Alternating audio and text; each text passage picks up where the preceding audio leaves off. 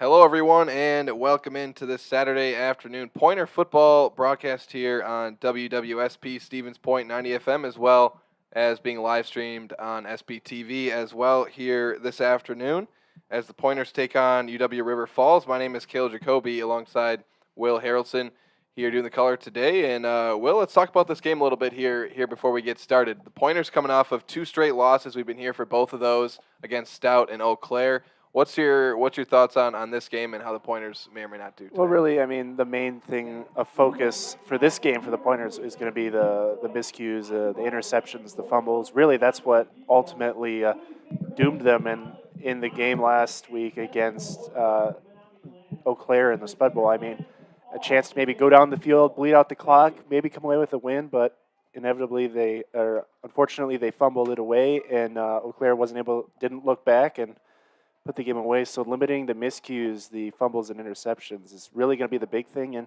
last week they played relatively good defense, getting themselves in good positions, forcing a few mistakes by opposing teams. So look for their defense to try to dial up some blitz and get some pressure on the quarterback early as they're going out to get the coin toss. Yeah, and the UW-River Falls, they come in at 3-1 overall on the season, 0-1 in the WIAC, while the Pointers, as you mentioned, come in at 2-2, 0-1 in the WIAC as well. So one of these teams won't be winless in the conference after today. And again, the Pointers coming off that loss against Eau Claire last week, 25-15, and before that they lost to Stout. That Stout game, though, not a conference game, as that's technically an out-of-conference game. The Pointers will play Stout next week, Saturday, at UW Stout. They lost to Stout 14-45. As do have the coin toss here. Stevens Point won the toss, and they'll defer. So River Falls will take the ball to start things off. Stevens Point will start off defensively.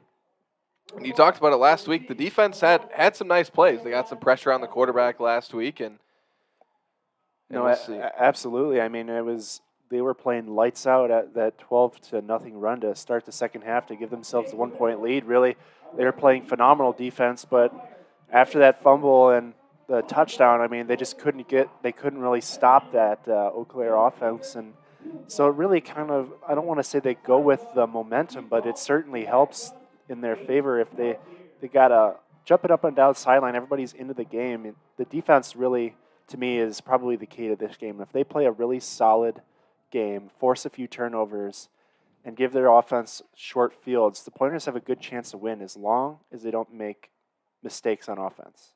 Yeah, another thing we saw last week was quarterback change due to Max Hero being out with an apparent head injury, but he's going to be starting back again tonight for Stevens Point. But the backup, Schrader, did a really nice job last week. And what are you looking to see out of Hero here today in terms of him just trying to have a little bit better start? He's thrown some interceptions these first few games. What does he got to do to kind of improve here?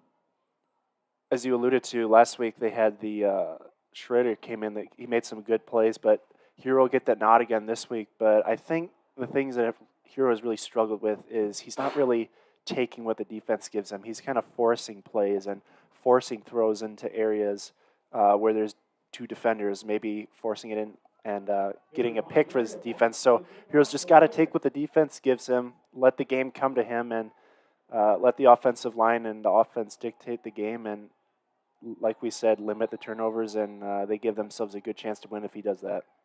Yeah, and we're set to start here as the Pointers kick off here from left to right, here from where we're sitting up in the press box. And the kick is away, a good kick, and returned, looks like Caleb Blaha. It can't be the quarterback on the return, unless maybe it is.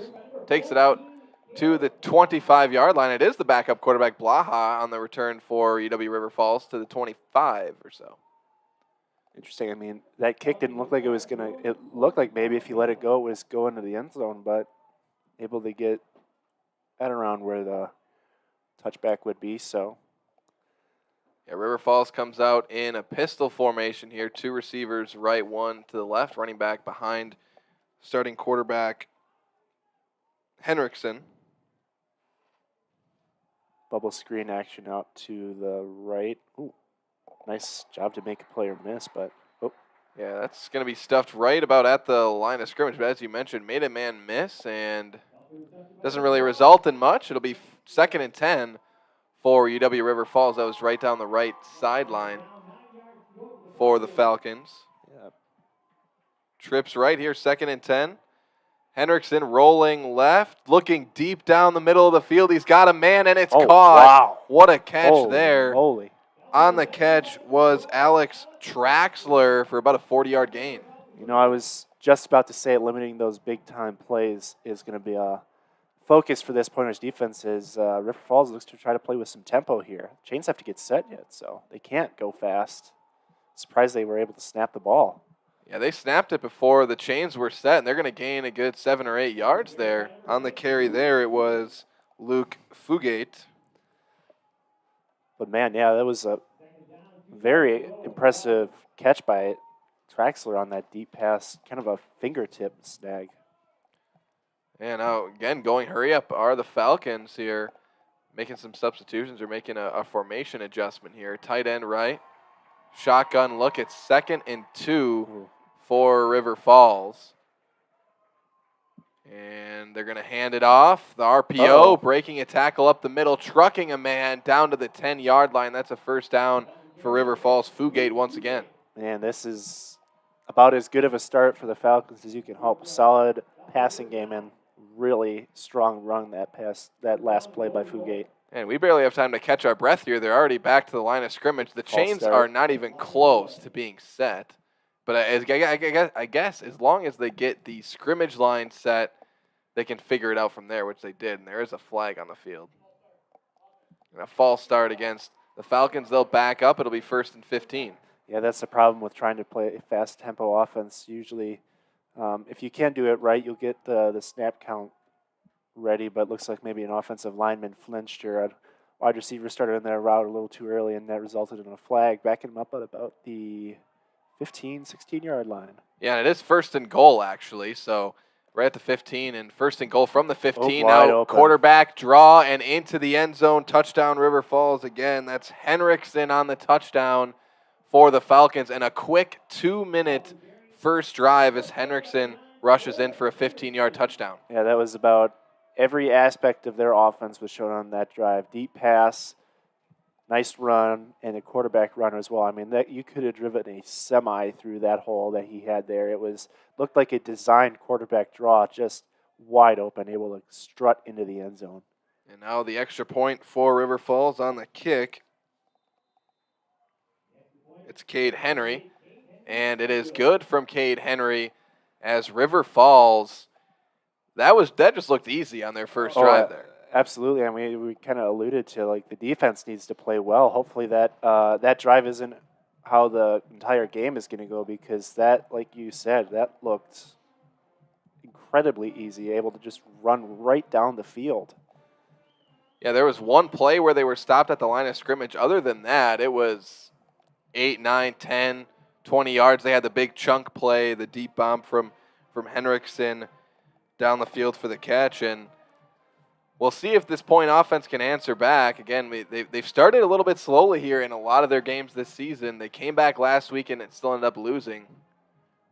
Yeah, they're definitely, I don't want to say they're a second-half team, but they tend to perform a little bit better in the second halves of their games, and that's definitely something they need to kind of straighten out. They need to have those full momentum games, and they haven't really been able to respond to some scoring drives, so let's see if they can get one here. And they kick it off, returned here by Stevens Point with some space down the right sideline. It'll be a nice return down to about the 35 on the return. Joe Aguilera, I believe. Yeah, Joe Aguilera, you're right. And it'll be 1st and 10 for Stevens Point at their own 35-yard line. And you talked about the slow starts. Why is that? Why do teams come in here with a slow start? Is that the players just not coming in prepared? The coach is not? Why do teams start slowly? Well, really, I think it's them trying to get used to the game, the live speed. They spend the entire week playing against their defenses in practice, so they're not really used to the competition of game yet. So I think that has to do with a factor, and maybe just a little cold to start the game as well, maybe.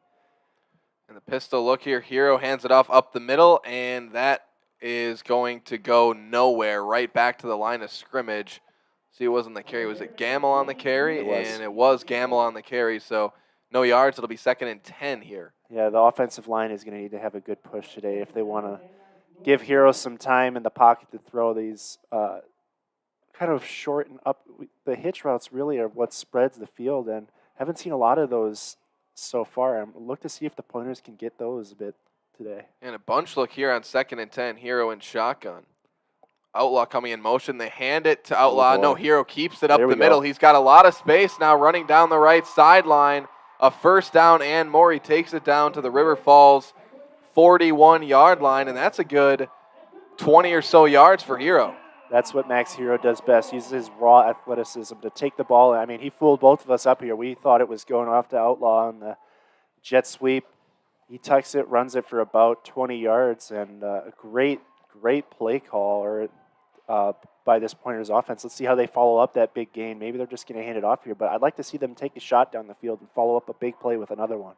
Yeah, and they go up to the line relatively quickly here. Shotgun formation, 2 receivers right, 2 left, spread out. It's like Gamble in the backfield flanking Hero to the left. And they will drop back to throw. Over the middle, it's caught. Wow. And that'll be a nice 5-yard gain there over the middle for Joe Hare. And it's 2nd and 5. It was an underthrown ball, a little bit behind Hare. He was able to reach down, grab it, and a nice little crossing route. And able to pick up about 6, it looks. Yeah, they do give him another yard. That's 2nd and 4 now for the Pointers as they come out in pistol now. We got trips right, but they got 3 receivers and running backs here bunched to the right. Now one comes in motion to the left as that's Devin Baldridge, or rather Chandler Ben. And they'll pitch it outside to Gamble. He's got some space here cutting up the field, and he's going to get close. I believe he's got the first down. For Stevens Point, that's Gamble with the first down. Now that offensive line had a great push that time. Opened up the lane initially for Gamble. He made a nice little jump cut, able to get to the right hole, and was able to pick up the first down. So a nice little response here from the Pointers. Let's see if they can put it in the end zone and tie this game up. Yeah, the ball is at the River Falls 30-yard line. The Pointers have quickly taken it down the field, very similar to how River Falls quickly took it down their first drive. Pistol look. Here, Hero with Gamble behind him. Motion man coming across. Hard count here, and they will go play action pass. Hero rolling out right, rusher behind him, throwing it deep down the right sideline. Caught, toe tap catch on the sideline for Jeremy Kobe. Beautiful play call. That was a little bit of an out route, up and out by Jeremy Kobe, and Max Hero. You know, we saw him struggle with those plays a little bit earlier in the season. The first 2 games, one of those he threw an interception deep in his own field, and able this time just to get a beautiful ball. Jeremy Kobe does the rest. 1st and 10 Pointers. Yeah, and it is a first down. They got the ball now at the River Falls 18 here. In the red zone are the Pointers here on their first drive of the game. Pistol look once again. And this time they'll pitch it out to Gamble. Cuts up the middle, and he'll gain maybe a yard. Looked like there may have been more there, just tripped up at the last second. I tell you what, there was a beautiful block on the edge by, I couldn't grab the number, but I mean, it was an open lane. If they wouldn't have tripped him up at that line of scrimmage, we may be celebrating a touchdown. Yeah, it was closer. He just got tripped up at the last moment. He mentioned it. 2nd and 9 here for Stevens Point. Spread look, 2 receivers left, 2 right. And running back flanking Hero, that's Stegall. And now he motions outside. They'll go quick screen to the left. That's Kobe cutting inside, tackled down just past the 10-yard line. It'll be about 3rd and 3 for the Pointers. Jeremy Kobe's name mentioned a few times on this drive. He's been relatively quiet thus far this season, and let's see if the Pointers can pick up the first down here in the red zone. They've really struggled with their offense in the red zone and drives early in the game, and it's been a nice response thus far, but it'd be even better if they could put it in the end zone.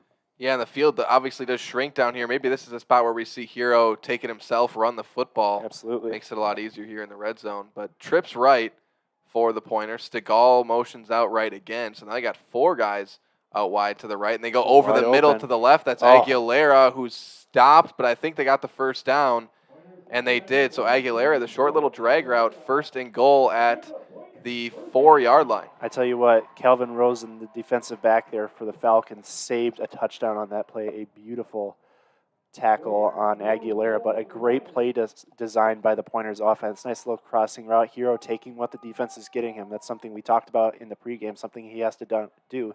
He's been doing it so far. And here in shotgun, first and goal. Stegall in the backfield. They pitch it to him There up it the is. middle, and he's in for a touchdown. It's a rushing touchdown for Jahai Stegall.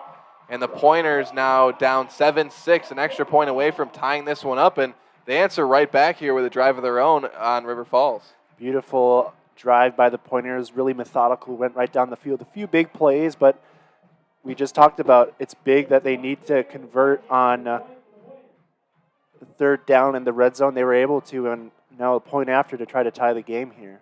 It's been a struggle of the season so far. A few missed point afters and a field goal. Let's see if they can get it through this time. Yeah, Pontario to kick it. Not a great snap. And it's good. So they recover from the bad snap, but Pontario kicks it up and good, and we're tied at 7-7. So an offensive flurry here to start this one off. 2 drives, 2 touchdowns combined for these teams. Yeah, it's definitely not the defensive battle it was early last week in the Spud Bowl. 2 electric drives by both offenses, and let's see if they're gonna if River Falls is gonna try to do a similar drive that they did last time on offense. They really spread out the field. That really opened up the quarterback run that eventually ended up to be the touchdown scoring run. But the Pointers, as you said, nice response there. Let's see if they can get off the field and get that ball back to that offense. Yeah, and that River Falls offense really just did whatever they wanted that first drive. The Pointers drive took about, say, 5 or so minutes off the clock. It was a nice methodical drive, and for River Falls, the 2-minute drive has got to be nice to them, seeing as they were down 28-0 in the first quarter last week against La Crosse. So that may be a confidence booster for the Falcons, seeing as they didn't play well last week. They didn't play well really at all, and were able to go down the field that easy. So the punters are going to have to get that momentum out of their head. A squib kick looks like. Yeah, squibbed all the way down to the 10-yard line, taken there, and just past the 30-yard line as on the return again was Caleb Blaha, the backup quarterback, and takes it back down to the 32-yard line. Nice field position for River Falls. No, I can't say I've ever heard the backup quarterback is the kickoff returner. I can't say I've ever heard that. It's unique. He's got a little pep in his step pretty quick, but yeah, as you alluded to, nice field position, and defense still trying to substitute players onto the field. Yeah, that makes you think maybe we'll see Blaha offensively in a Taysom Hill role if he can return kicks. They'll run up the middle here on the first play and powering forward for a good 5 or 6 yards on the carry. As, again, that was Luke Fugate just grinding forward for yardage. And I tell you what, Pat Wade is pretty fortunate he didn't get called for a face mask call. Even if he didn't grab the face mask, his hand was up there in the helmet, and usually the refs will throw in after that.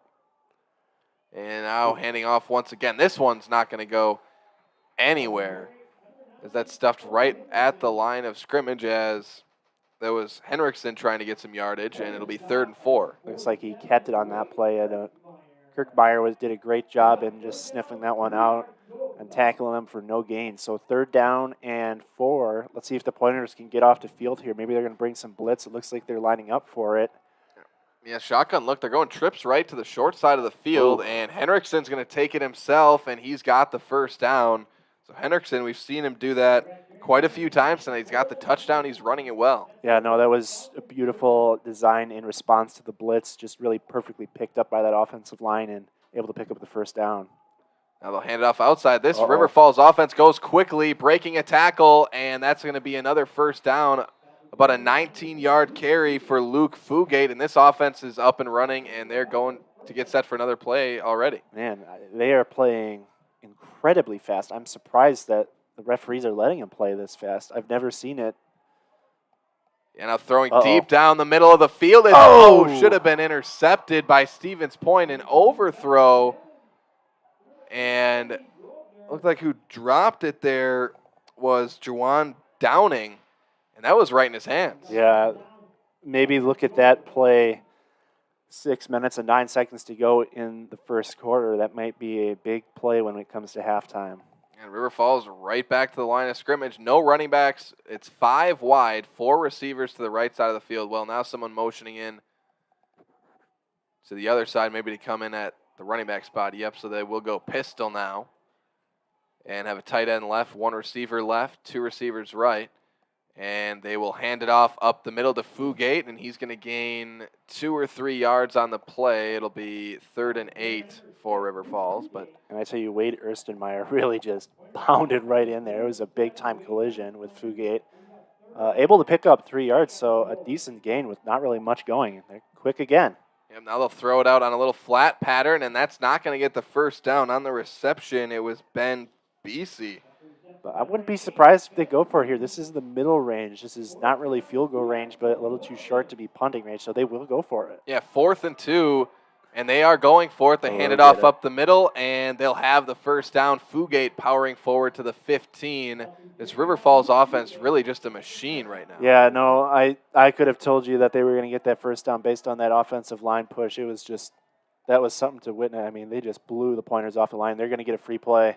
And they're going to the end zone, fade route to the far sideline, incomplete. Tyler Van Ness on the coverage, and it's going to be an offsides call on Stevens Point. But again, we barely have time to catch our breath up here before they start another play. I mean, I know I've heard of fast tempo games, but I mean, this is kind of fast tempo games on steroids.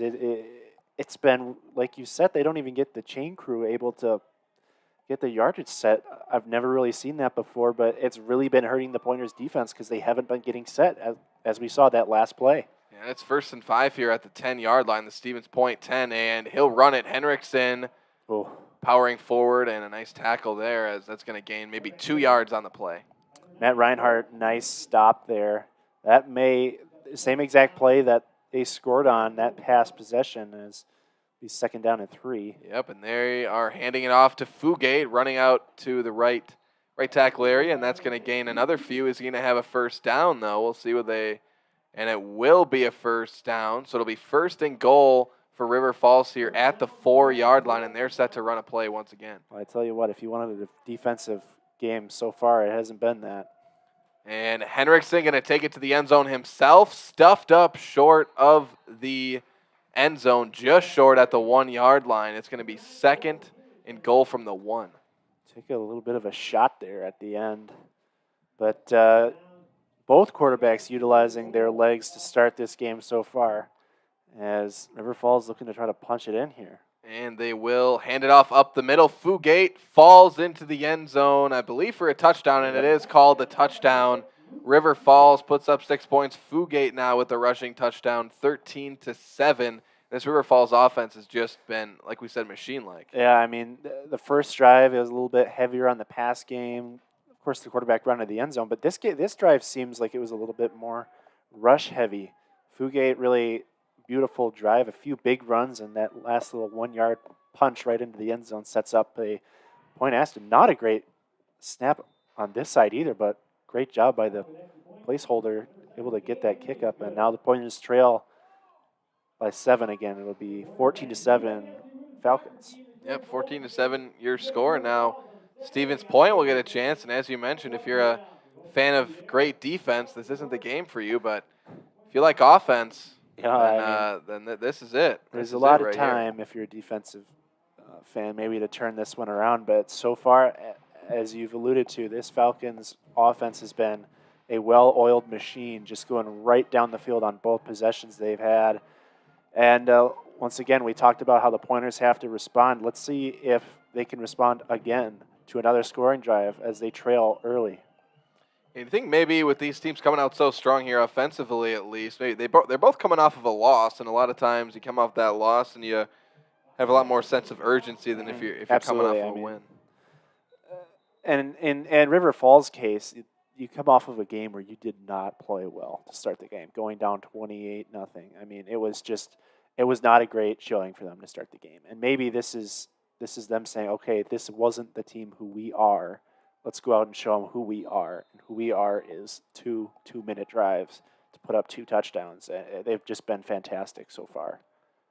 Yeah, and I'm sure not going to complain about the scoring. I'm just fine watching. Oh, absolutely. We love watching fireworks. As Point will return it here. It looks like Stegall on the return, breaking a tackle, running out of bounds at the Pointer 27 or so yard line. They'll mark him about the 27-yard line. That's where Stevens Point will start at their own 27.5, and they'll have a chance here to tie it back up. The point offense was methodical their last drive and looked good. See what they got here. Number 10, Casey Fisher for the Falcons, limping off the field a bit. Having to be held off the field by number 21, Jay Vang. Not a good look there. I'll keep an eye on that. Hopefully he's all right. But Point comes out here to start their drive in the pistol look. 2 receivers left. Motion man coming left. Hero takes the snap. Dropping back to throw. Quick screen out to the left. That's Outlaw breaking a tackle, cutting up the field, and he's going to have about 8 yards, but a flag down. Typically that's in the field of illegal man downfield. There were a few linemen down the field, so it looks like this one's probably coming back. They're discussing. Also, on a screen pass like that, you had, I believe it was Kobe out there blocking, too. He maybe could have been called for a holding over there. It did not look, it was not the greatest of all blocks, but Outlaw able to make it work and got a little bit of a gain. So, they pick it up. They'll pick up the flag. They were going to call blocking in the back on Kobe, I'm guessing. He was the only blocker out there, but they pick up the flag, so no flag down, and it'll just be 2nd and 2 for the Pointers. I think the thought was because Kobe fell on the ground, both players fell on the ground, that Kobe must have pushed him, but I think because Kobe fell down as well, that they picked up the flag. Student section's starting to get into it over here on our side. Great turnout here at Gerke Field for this one, as, again, 2nd and 2 for the Pointers here. Trips left, wide receiver right. Hero drops back to throw. He's going deep. That's Kobe, one-on-one coverage, and dropped by Kobe. He knows he should have had that one. It wasn't bad coverage, but a well-thrown ball by Hero really put it right into that hip pocket of Kobe. He probably should have had that one. Blanket coverage by Michael Brown, but like you said, he put the ball up for his player to go up and make a play. Kobe just not able to come down with it, but I do like that shot. 2nd down and short. Take your chances when you have them. Nice play call. Let's see what they do here on 3rd down and short. Yeah, here you might think they're going to give. You'd think here's a read option type play. Maybe Stegall and Hero back there, give Hero a chance to use his legs on 3rd and short. Or a little flip out to the flat here. Outlaws in motion. And they will hand it off to Stegall up the middle. That did not fool the River Falls defense. He maybe gains an inch or two. It's going to be 4th and 1 rather for Stevens Point at their own 38. Do they go for it here? This is an interesting call. Offense is not coming off the field quickly, and now they will. So they are going to punt here. 4th and 1 at their own 37-yard line. What's your thoughts on that call? I like the call. I mean, obviously, you want to get the first down, but you don't want to give River Falls a short field if you don't pick it up. So let's rely on our defense. They haven't been great thus far, but we know that they have the capability to do so. Let's see if they can get a clean snap out of this. We saw in the first game against Stout, they had one go right over the head. Nice snap. And the punt is away. Carter Unger on the punt, and it will be fair caught. Looks like they're by Michael Brown on the return. So they don't have their backup quarterback, Blaha, returning the punts. No. Got him on the kick returns, though. Yeah, no, that drive kind of stalled a little bit for the Pointers. So we'll see if they can get really, they have not gotten any pressure on the quarterback and running back duo of this Falcons team. They've just been able, like you said, to work as a nice, well-oiled machine. And if the Pointers are going to want to slow this offense down, they need to get pressure on that quarterback. And their first play, they're going to throw a quick out route here down the near sideline. Gain maybe 7 or 8 yards there. And on the catch, it was Andy Grobner for about 6 yards on the play, 2nd and 4. It was only about a 3-man rush that time, but Henriksen had absolutely nobody around him. I mean, that offensive line for River Falls is doing such a good job in protection. And now they'll hand it off up the middle. Fugate is going to gain a yard or so. That'll bring up 3rd and about 2 for River Falls. So in this situation, you typically think Fugate would run it, but he's out of the game, and maybe they're going to see if Henriksen would run it. He will. And he will. He's going to run. Try to go left tackle, cuts back up inside, and he gained a few there, and I believe it's going to be good enough for a first down. And it will be. So Henriksen showing his playmaking ability. Clearly, really neither of these teams, but especially River Falls, not concerned with their quarterbacks getting injured, using them as bruising running backs. Absolutely. And they'll drop back to throw now. Quick screen out to the right side, and that goes nowhere. In to blow up the play for Stevens Point was Cameron Krasinski. And that's a loss of 2 yards. That seems like the first play of the day for the Falcons that went back. But no, beautiful play by Krasinski there. Able to get a sure-handed tackle and force a longer second down. So let's see if they dial up the pressure here. Second down and long. They're playing one-on-one on top, so it's my player against your player. And it's a shotgun look, spread, set, running back flanking right, and Hendrickson will drop back to throw. He's going on an out route from the slot receiver, and that's going to gain some nice yardage. And it'll be a few yards short of the first down on the reception. Jaeger Reisman on the play, 3rd and 2. You got to credit Matt Reinhardt. He did give up that first down play, but if he doesn't make that tackle, there's a chance that play goes for even much more than what it did. And now the handoff up the middle looks like it's going to be good enough for a first down, and it is. So again, this River Falls offense just continues to churn here, and on the carry there was Anthony Silva on the carry there for River Falls, and they're right back at it here, 1st and 10. And they'll hand it off to Silva once again, falls forward for maybe a yard. Man, he took a big shot from number 94, Dakota Creveau, but able to still pick up 2. Right back to the line, 2nd and 8. Hendrickson drops back, quick hitch route to the near sideline. It's caught, gains about 3 yards, and on the reception there was Andy Grobner. He's looking for a face mask call. Yeah. He's not going to get it. He was giving it to the lines judge, and lines judge was not having any of it. 3rd and 4 here, and looks like they're going to just take it into the second quarter, I believe. Yep, 15 seconds here in the first quarter. Well, no. So now the clock has 15 minutes on it. So I think they're going to say it's the end of the first quarter. So we're going to take a quick break and be back with the second quarter of this Pointer football action against UW-River Falls. We'll be right back after this on 90 FM and SPTV.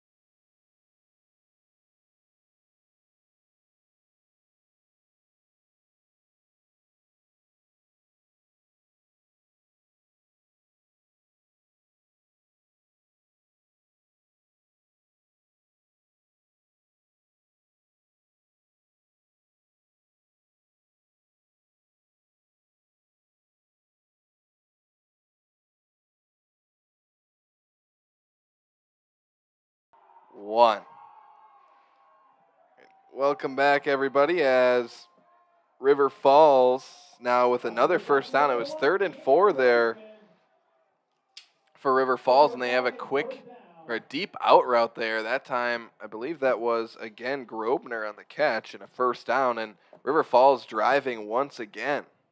A nice little kind of out and up route, able to just go to the outside and right up the field. Pointer's not able to stop, looking for a deep shot. Yeah, they're going quick again. Hendrickson is going to run for 3 or 4 yards on the play. And I tell you what, Hendrickson was looking to take a shot down the field for Jaeger Reisman, 5'9" sophomore wide receiver. He was just trying to load up deep, and Pointer's able to get a stop there. Sorry about the mic difficulties. They'll hand off up the middle, and that's Fugate once again. He gains a good 2 yards, maybe. It'll be 3rd and 5 for River Falls. What we've seen tonight, we haven't seen River Falls facing a lot of 3rd and long. No, able to, like you said, move this offense methodically. This is more methodical drive here for the Falcons. And they'll go with a quick hitch route, and bobbled and caught. Now running down the left sideline, but it'll scamper out of bounds. That's once again Andy Grobner. I don't know how he came up with that one. It was deflected away, bobbled it, and somehow caught it, ran upfield. I mean, the defender was right on him and looked like he was juggling the ball and able to just corral it and run up the field. So another third down conversion. Yep, 1st and 10 here on the Pointer side of the field. They're going deep for the end zone down the right sideline. It's incomplete. Tyler Van Ness on the coverage. And incomplete. Van Ness talking to the referee, looking for maybe a call. And the intended receiver on the play, Luke Cush. And it'll be 2nd and 10 from the Pointer 27-yard line for River Falls. Well, I tell you what, that was a great play by Van Ness. He essentially boxed out the wide receiver to give himself position to come up with an interception, unable to do so now. Oh, now the counter handoff here to Fugate, breaks the tackle, powering forward, breaks out of another tackle, running down the left sideline, touchdown, River Falls. What a play there. It was amazing. By Luke Fugate, and River Falls now up by 2 scores. They've had 3 drives, 3 touchdowns. I mean, nothing but arm tackling for the Pointers, and if you try to do that against Fugate, he's going to make you pay, and he's done that so far. And what a start for the Falcons. I mean, we saw such a bad showing last week offensively by them, and they are just on fire to start the game. Yeah, and really offensively, it seems like they have a lot of power there between whether it's Henriksen running or Fugate, guys that can just, like you said, break those arm tackles and power through. I wouldn't necessarily say there's a speed advantage there, but they are bowling over guys. Absolutely. Here. I mean, Fugate, in some of the bigger runs we've had, he doesn't really have that breakaway speed, but he has the power to just run you over or push you away. And on that particular touchdown, it wasn't really a case of he's just running away from the defender. He's just shoved him off of him and scampered right into the end zone.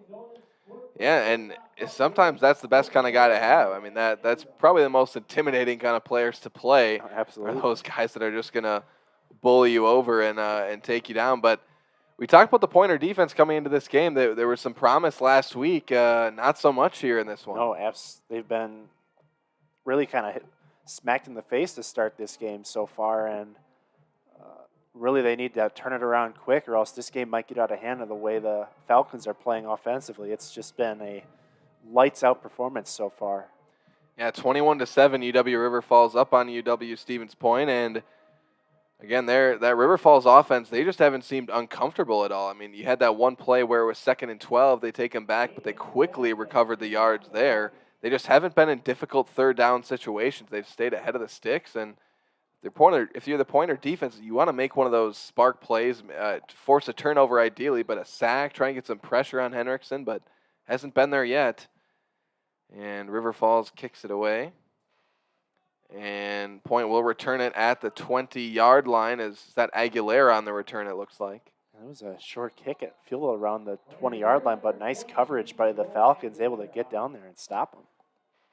Yeah, he'll get tackled at about the 30. And that's where Stevens Point will start their drive. Now here for Stevens Point, you have to be careful not to try to come back in one play and take unnecessary risks here. Absolutely, and that's really what plagued Hero in the game against Stout, as Blenders aren't running out on the field right away. Here's they come, but really once they fell down by double digits, Hero tried to make add a little too much pizzazz to some. I don't want to say that. He tried to do a little too much on some of these plays. And when you do that, it's really advantage defense because they can make certain looks and then back out of them and really confuse the quarterback. That's exactly right. And Hero drops back to throw, going deep, and he's going to overthrow Aguilera. It would have been tight coverage there, but incomplete, 2nd and 10. Yeah, I mean, it was a nice play call on offense. It's just if Aguilera was maybe 7 feet tall, he would have had a chance to reel that one in. I don't think we got any 7-footers on the team. that would be a unique position. And it'll be 2nd and 10 here. Shotgun look for the Pointers at their own 30. Trips left, bunch formation there. Max Hero with Gamble flanking him, and he'll keep it himself on the read option. Hero running outside, cuts up the middle. He'll get tackled down at about the 36.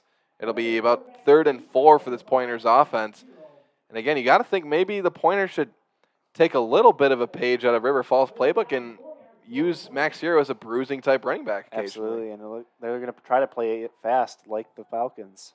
And they're going to throw a quick out route to Aguilera that's going to be well enough for a first down.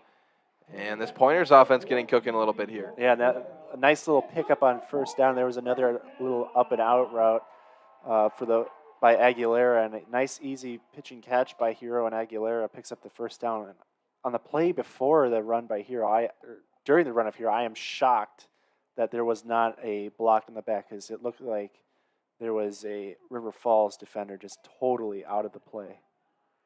The Pointers get away with one there, but it'll be 1st and 10 here. Trips right. It's like Gamble in the backfield, and misdirection, play action pass. Hero breaks out of a sack, throwing.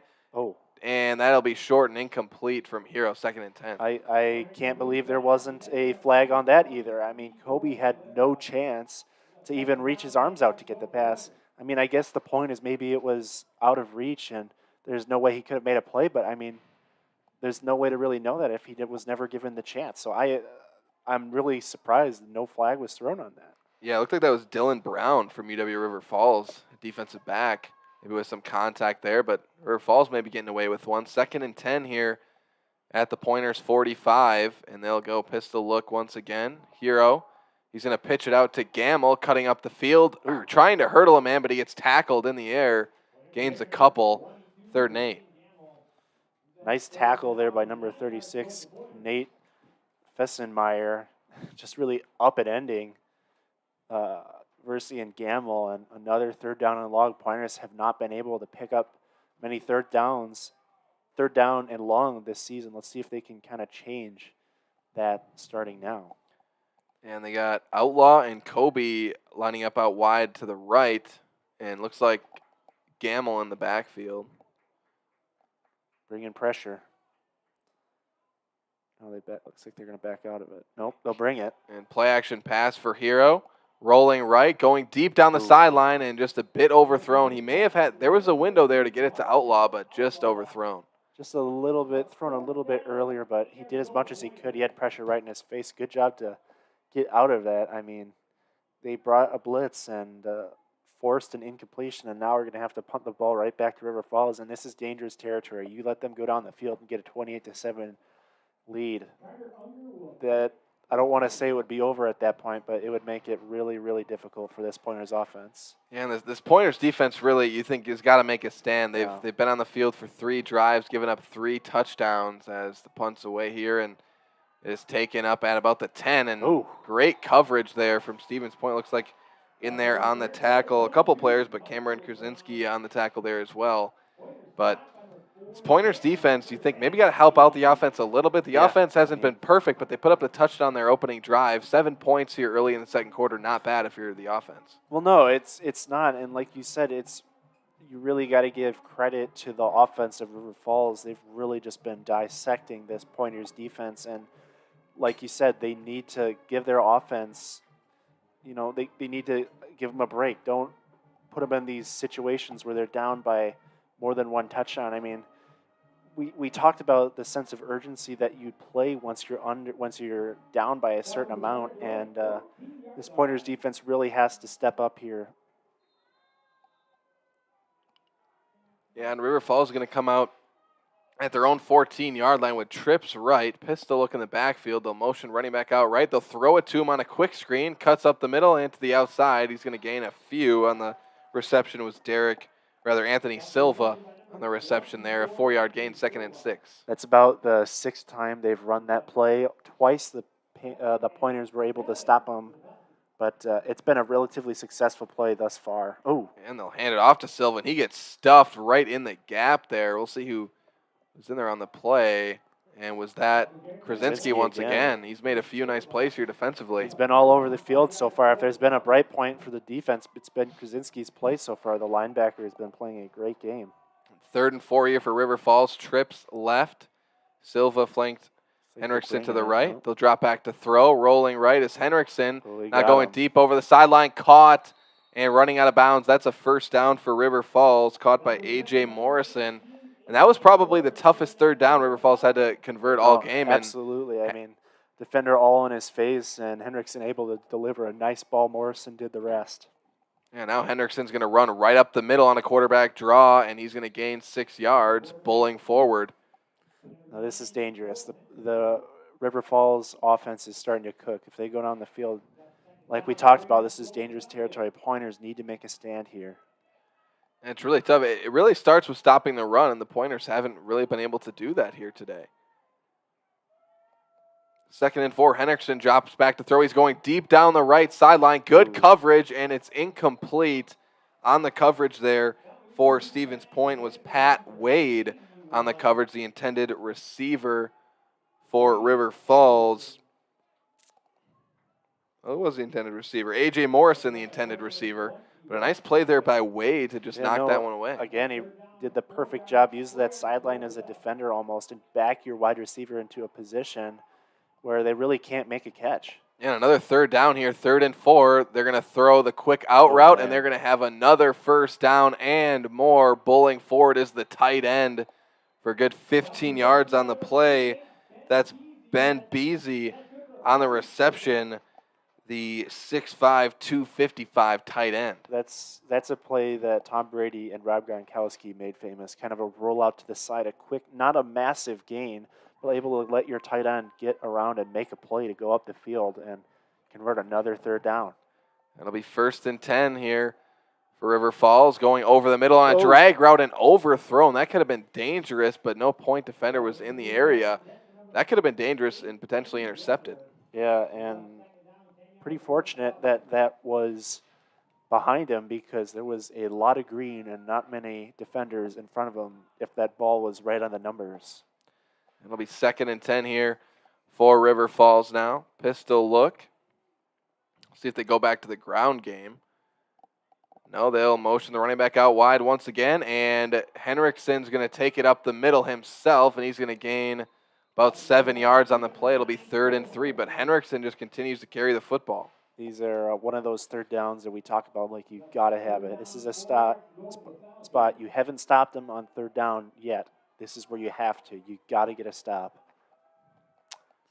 Yep, 3rd and 4. Henriksen running again, spinning away from one tackler, powering forward, and he's got a River Falls 1st down. The Pointers have just struggled to stop Henriksen specifically from running the football. He's just getting what he wants. Take it with the defense. We talked about how Heroes got to do that. I mean, Henriksen is putting a clinic on how to run that quarterback draw, something similar to like a Russell Wilson, just really utilizing his legs. And now he's going to drop back to throw. Throws the quick out route and a 5-yard gain. And I think with Henriksen as well, when he's throwing the football, he's not taking unnecessary chances. He's just taking those quick 5-6 yard throws and working it down the field. And really these short passes really open up that run game because, I mean, you can see the Pointers, they're not even playing within 5 yards of the defenders. They're just giving them those short routes, and it's wide open. They didn't see his tight end. Yeah, now Henriksen, it looked like he had a man wide open in the end zone. But he missed him there, and it's going to be an incompletion. He threw it short. It was incomplete. It'll be 3rd and 6, but it looked like from this angle that he had Grosvenor potentially open on a double move down the field. But it'll be 3rd and 6. Nobody in the backfield other than Henriksen. Spread look. They're going to get a new play call in from the sideline. 3 receivers right now. They come in. This is where they like to kind of, we saw this earlier in the drive. They rolled out the tight end into a little flat pass. Not really, looks like they may run it, but be wary of a tight end. They're going trips left. They will run it, and that is going to go nowhere. Helmet coming off. Yep, that was coming. Of Fugate, and I think that'll be the flag as Fugate just had his helmet ripped off as he was being tackled. That is a colossal mistake. I mean, you had him for nothing. No reason to go high. I mean, multiple defenders had him around the waist. There was no reason to go high, and they just ripped the helmet off. As they're almost pointing in River Falls direction. Oh, no, they will. It was, I mean, that is just a massive. The one time you stop them on 3rd down, you give them a 1st down. Yep. So a face mask call on Stevens Point, and as you mentioned, they can't get much costlier than that. As you mentioned, there was 4 Pointers that had him. I mean, he wasn't going anywhere. He was stuffed. He got his helmet ripped off really right before they blew the play dead. And that's really a play for Fugate where you just hope he's okay because dangerous things can happen once you have that helmet ripped off your head. So hopefully he's all right. And now it'll be 1st and 10 at the Pointers' 15-yard line. River Falls threatening to score once again. Now they're going to throw it. Pump fake Henriksen. What a play there. He runs up the middle and gains 10 yards. He pump fakes to the right and then just takes it himself up the middle. And Henriksen just playing like a magician out there. I mean, Krasinski had him dead in the rights, and that pump fake just put him on skates. There was nothing he could have done. And 1st and goal, now going towards the end zone. Did River Falls score again? We'll see what they call here. They're down at the one, looks like. They will call him down at the one. Fugate on the carry, almost had his second rushing touchdown of the game. But it'll be 2nd and goal from the 1-yard line. And spread look here for River Falls, and they'll give it to Fugate again, and this time he is in.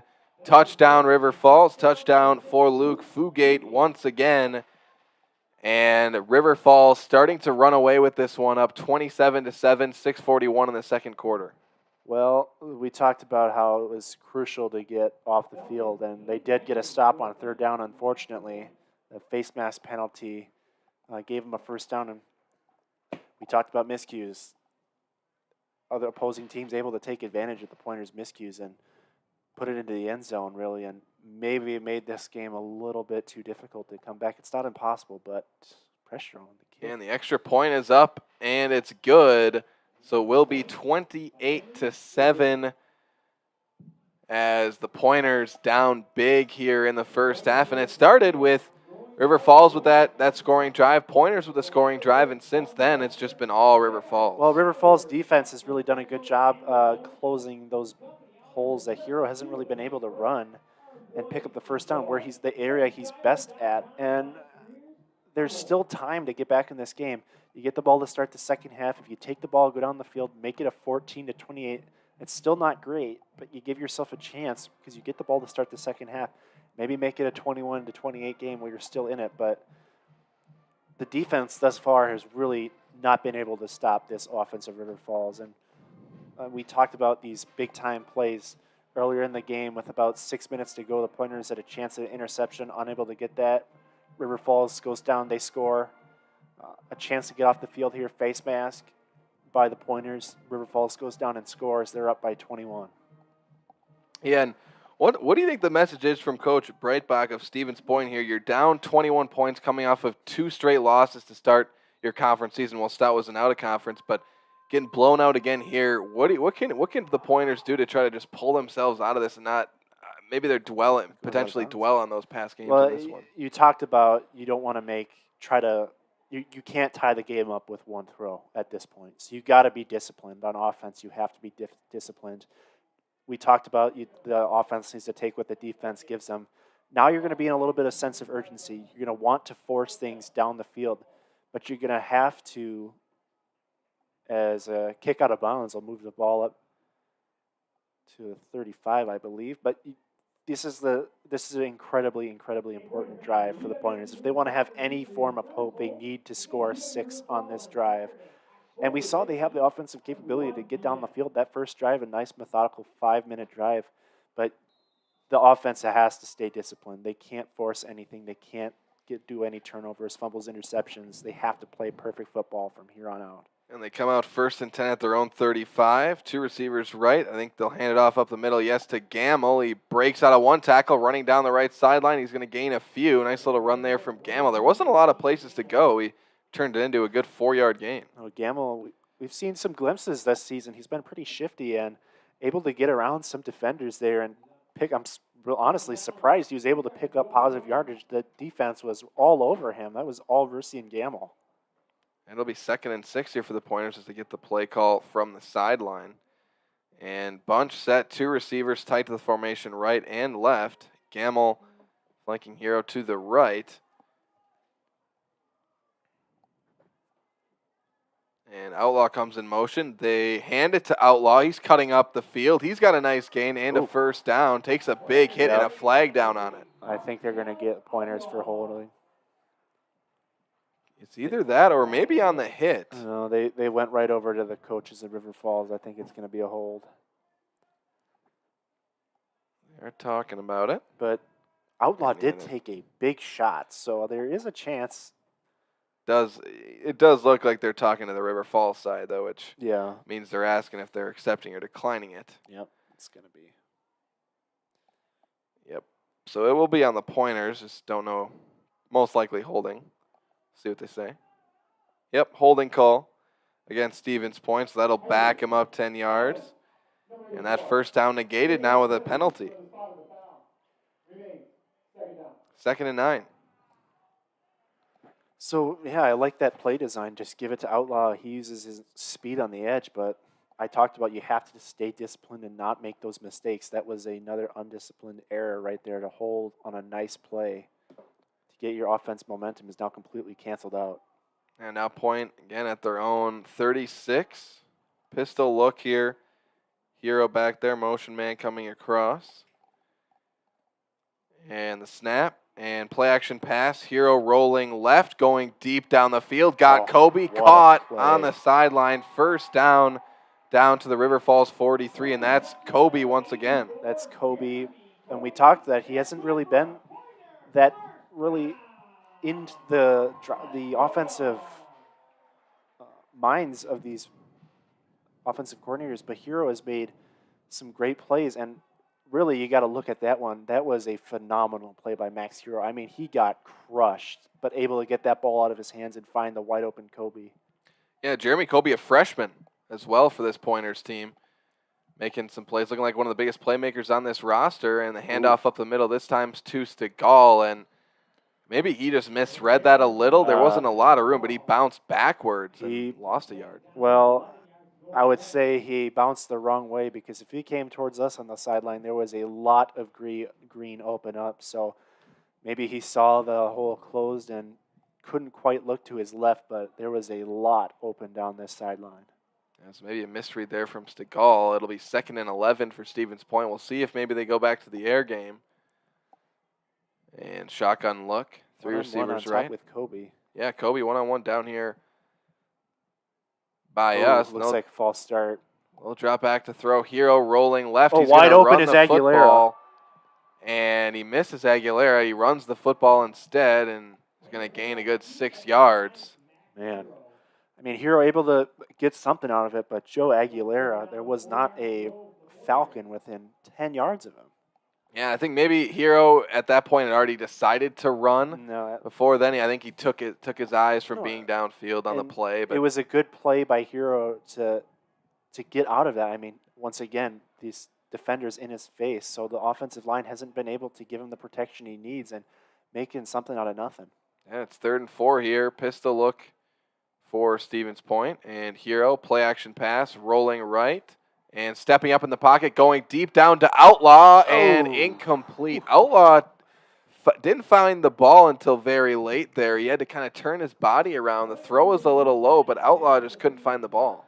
I like the play call, though. I don't want to say it was a little bit of a wheel route, but for the wide receiver in motion, it was, and it looks like the Pointers are going to go for it, down by 21 points. 4th and 4. This seems like you have to go for it situation. 4th and 4 at the River Falls 37. They're going for it. And it looks like Gamble in the trying to get him to jump off, maybe. But yeah, you're right. I would say this is where you would go for it. You would think you're not going to kick a field goal from this distance. You don't want to punt from 37. And they're going to get stuffed in the backfield. That had no chance. They're going to lose 7 yards on the play. I don't know if they were trying to set up a screen, but it looked like nobody on the D-line from River Falls was blocked. They brought everybody, and Isaiah Carroll able to, he was untouched right into the backfield, and what a play by that defense. I mean, there was no chance of that going anywhere. No matter what they were going to do, whether it was going to be a pass or a run, that was going nowhere. Yeah, we couldn't even tell. They got back there so quickly. I don't know if they planned on running the ball or throwing it. Looked like the River Falls defender was maybe on the Pointers team. He was in the backfield that fast. Yeah, and then now River Falls with the ball 1st and 10 at the Pointers 43, and they'll gain a good 4 yards with Fugate on the first run, 2nd and 6. And that's what River Falls has been doing all game, getting 3-4 yards on first down. They're going to throw a quick screen outside. That'll be an off throw, incomplete. Intended receiver on the play, A.J. Morrison.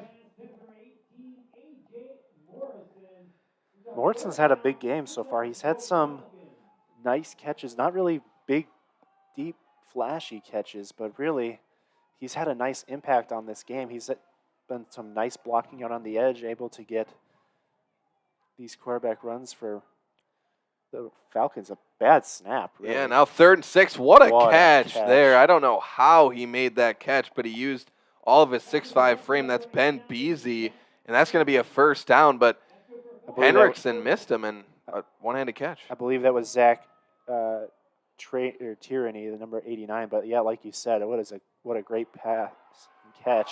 And a sack. Finally A sack for Stevens Point on the play. Matt Reinhardt coming in from his defensive back spot. And that's the play we were talking about earlier, getting this River Falls behind the sticks. And it's going to be 2nd and at least 20. Yeah, I mean, that time, Reinhardt able to just pierce right. That was the first time today it feels like this River Falls offensive line has really not been able to stop a Pointers defender from getting across the line of scrimmage. Another drop back to throw, going deep down the left sideline. Van Ness on the coverage. It is caught down the sideline. And that was a great throw, put right in the bucket, and a great catch. And again, on the catch, it was Grobner. I mean, he was blanketed by Van Ness. I mean, it was good coverage, but a better play on offense. And 2nd down and 20 turns into a close to 30-yard pickup. I mean, yeah, and in the red zone now.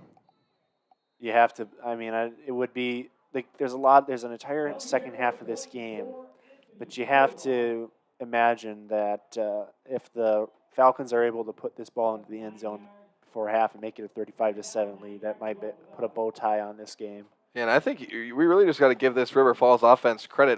The Stevens Point giving up a lot of points, but that was just a beautiful throw and catch down the sideline. Great play call. And this might be pass interference. Yes, it will be on Stevens Point. It was incomplete over the middle, but we're going to get a pass interference call. And River Falls' drive is going to continue. But, again, that throw down that left sideline, he really wasn't open. It was Van Ness on the coverage, and Henriksen put it in the only spot where he could, right in the bucket, and Grobner, to his credit, made a great catch. Well, I mean, that's the second time we've seen today that Henriksen has really just had some passes where he throws it up, says, my player is better than your player, and he's going to hope that he comes down with the ball. And it wasn't exactly a 50-50 ball, but there was really nowhere to put that. And as you alluded to, a perfect pass and maybe an even better catch by Grobner. And he's down there out wide. Look to see if they're going to go for a fade route to him, much taller than the defender on him. Yeah, and it's Van Ness on him again, so maybe they might like that matchup for River Falls. They just had the catch. We'll see what they do here. They motion man out right. They'll hand it off up the middle and making a man miss, powering forward here past the 5. Looks like on the carry there was Tim Owen. Tim Owen. Tim Owen on the carry. First time we've seen him get a carry tonight, and 2nd and 4 from the, about the 6-yard line. 53 seconds left, so they're going to try to punch this in before halftime, you'd think. Yeah, and they'll give it back to Owen, and he's powering forward again. I don't think he got in, though. No, he's pushed back at the last moment down to about the 1, I believe. And I'll mark him at, the 1 or 2, and it'll be 3rd and inches. They can still get a first down. And I think, but there's 30 seconds on the clock. I think your point is we do have to give credit to this offense. The way that they've come out after a really hard game before this, they have just been playing phenomenal. And they have perfectly managed this clock at the end of the half. There's 18 seconds left, and they still have 3 timeouts. Henriksen pushing forward. He's got to get the first down, though, if he wants to keep the drive going. They're going to have to call a timeout now. And they will. They let a few extra seconds go off. Now, he's going to be short of the first down is what they're saying. This is going to be 4th and 1 following this timeout with 8 seconds left. Now, do you just kick the field goal and take the points or try to put it in the end zone? Well, your offense hasn't really been stopped today. So at this point, I think River Falls has a feeling that they think, okay, well, our offense has been working great all day. No matter what points we put up here, they're really not going to be able to match us. That's their mindset, I'd imagine, right now. So a touchdown field goal at this point really doesn't matter because this offense hasn't really been able to bounce back for the Pointers. We saw them go right down the field off their second offensive possession of the day, but really since then they have not been able to do anything. So I think, right now, with 3 timeouts left and it's 4th down and 1, I think they're probably going to go to the end zone. They haven't been able to stop the run game thus far. It's it's at the 2-yard line. You have a bruiser of a running back, and you'd imagine if you can't get the first down, get down quickly, just call a timeout. Yeah, not only a bruiser of a running back, but a bruiser of a quarterback Absolutely. running the football. But if they don't get it, that point would take the ball. It is 4th and 1. So and they're going to kick the field goal, it looks like, here. So this is their first field goal attempt of the game. And I'm going to get a number on the kicker here. Looks like Cade Henry. Yep, Cade Henry, the kicker. And it looks like Stevens Point is going to call a timeout to try and ice him here. It'll be a very short kick. The ball spotted at the 1.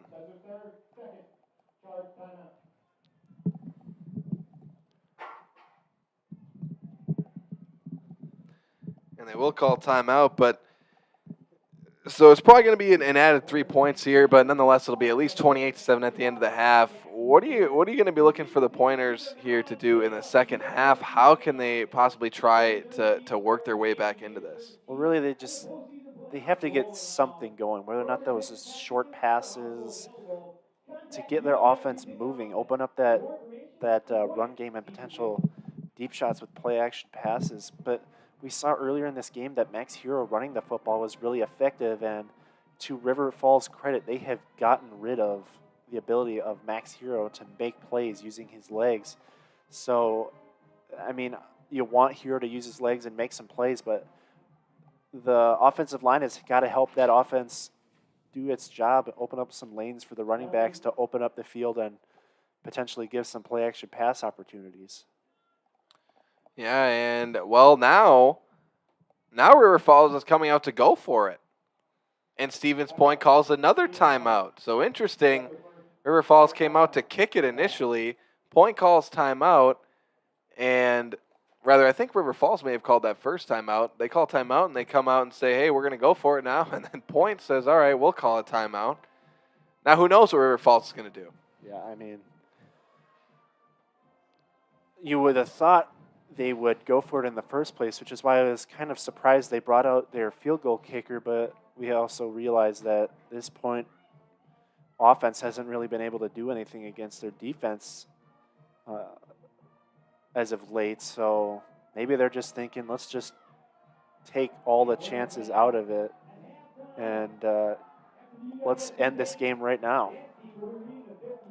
Yeah, and I'm with you, your initial thought where River Falls hasn't been stopped all game. They've scored every drive. They've just taken it down, and they've converted a 4th down already in this game. I believe it was a 4th and 2 in the first quarter. But they're going to come out, and they're going to go for it. So River Falls is going for it. They're going trips left, 3 receivers way out wide to the left. And it is Fugate in the backfield. He'll motion out right. They're going to throw to Fugate, and he cuts inside, falls forward, and he's in for a touchdown as the throw from Henriksen, as Fugate now with a receiving touchdown. And there you go, River Falls, 5 drives in the first half, 5 touchdowns, 34-7. I mean, what a clinic. What happened to them last week is what they're doing this week. I'd imagine they had a solid film session, were able to get everything on the table, and they have just come out and had a fantastic game. You got to give credit to this offense of River Falls. They are playing a fantastic game. Ooh, pressure by the Pointers, but kick's good.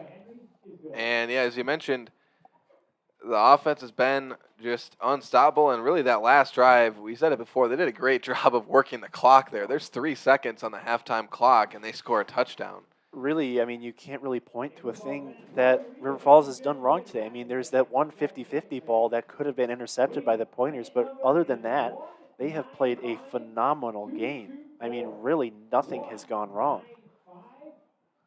Yeah, and this with all assumptions, Stevens Point's just going to knee it out here when they get the ball. If all the time doesn't come off the clock on I'd the imagine kick they'd return. probably squib it and force a return to take the clock off.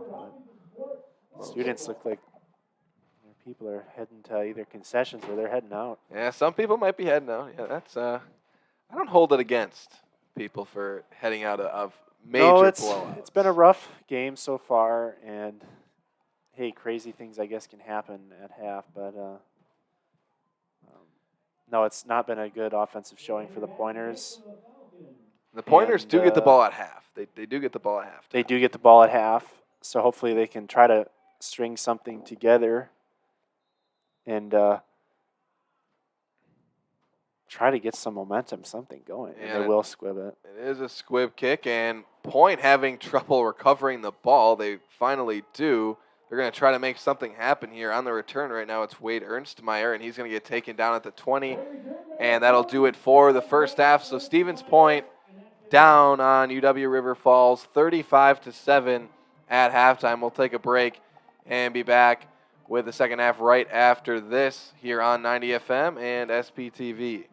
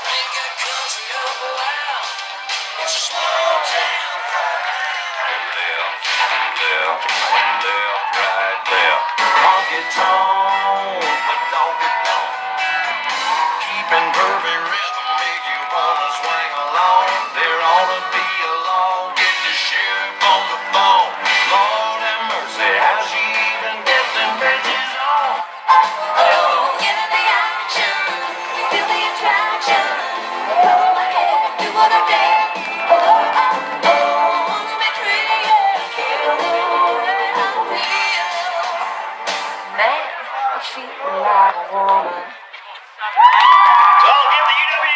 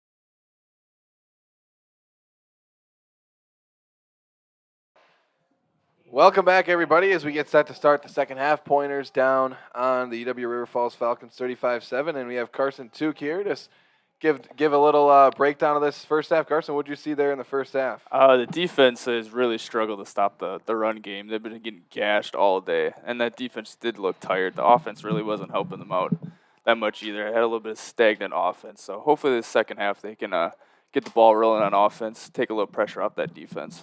Yeah, there were a few plays that we saw. I don't know if you saw any differently, but they really kind of shaped that first half. Would you say, like, it's really it's not 100% on the offense, but really it's what part do you think of the team has struggled the most, if you had to say? I mean, the ground game has been doing a little bit better, but I think if they can get Hero some design runs, maybe open that field up a little bit more, get that pass game going, that'd really help. Yeah, for sure. I agree. Yeah, agreed there. And excuse me, the Pointers are going to start their first drive here at their own 30-yard line, 1st and 10 for Stevens Point. And they're going to look to, maybe we'll see some more designed runs, open up that game for them. They're going to drop back to throw with Hero right off the bat. He's going to try to throw it over the middle. He gets clobbered in the backfield, incomplete. There's 3 Falcons on him. I mean, we talked about how he has had no time. This is just another example. He was literally covered up by 3 of the opposing team's defenders. And it'll be 2nd and 10 now for Stevens Point here. And waiting to get the play in, as it'll be a bunch set here, 2 receivers on each side.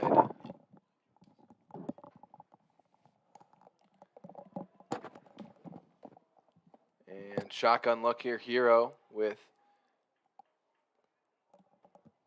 motion man coming across. They'll hand it off up the middle, and that just gets blown up immediately by the Falcon defense, and it was Ted Androli blowing it up. And Gamble on the carry, 3rd, and that is going to lose 5 yards, 3rd and 15.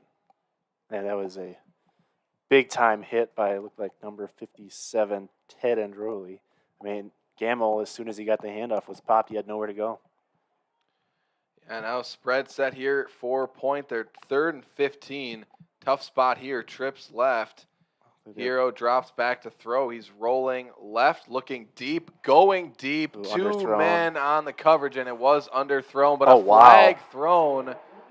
And there's going to be pass interference called on River Falls, and I don't think that's probably a good call. No, I'm really surprised because there was no way Outlaw was going to catch that ball, and it was incredibly underthrown. I mean, they did so let's say he throws it into Outlaw's hands. Yes, that would be a pass interference, but there was no way he was going to catch that. Yeah, questionable call that Stevens Point is going to benefit from, and they will call it. So they call that they called it on Michael Brown, the defensive back there for River Falls. And yeah, as you mentioned, Hero threw that into double coverage to Outlaw. If he would have let him ahead, it probably would have had a nice completion there, but he underthrew him so badly. And absolutely, I didn't see a lot of contact there, but. I mean, it was a late kind of throw there by it turned to be the line judge, and really, I mean, the umpire behind him really didn't see anything, and he didn't throw the flag. So I'm with you. I'm surprised that was even thrown. And they'll drop back to throw again on 1st and 10. They'll throw it over to, well, that's an unfamiliar receiver there. It looks like Ernie Lapiska looks like. Yeah, Ernie Laspisa.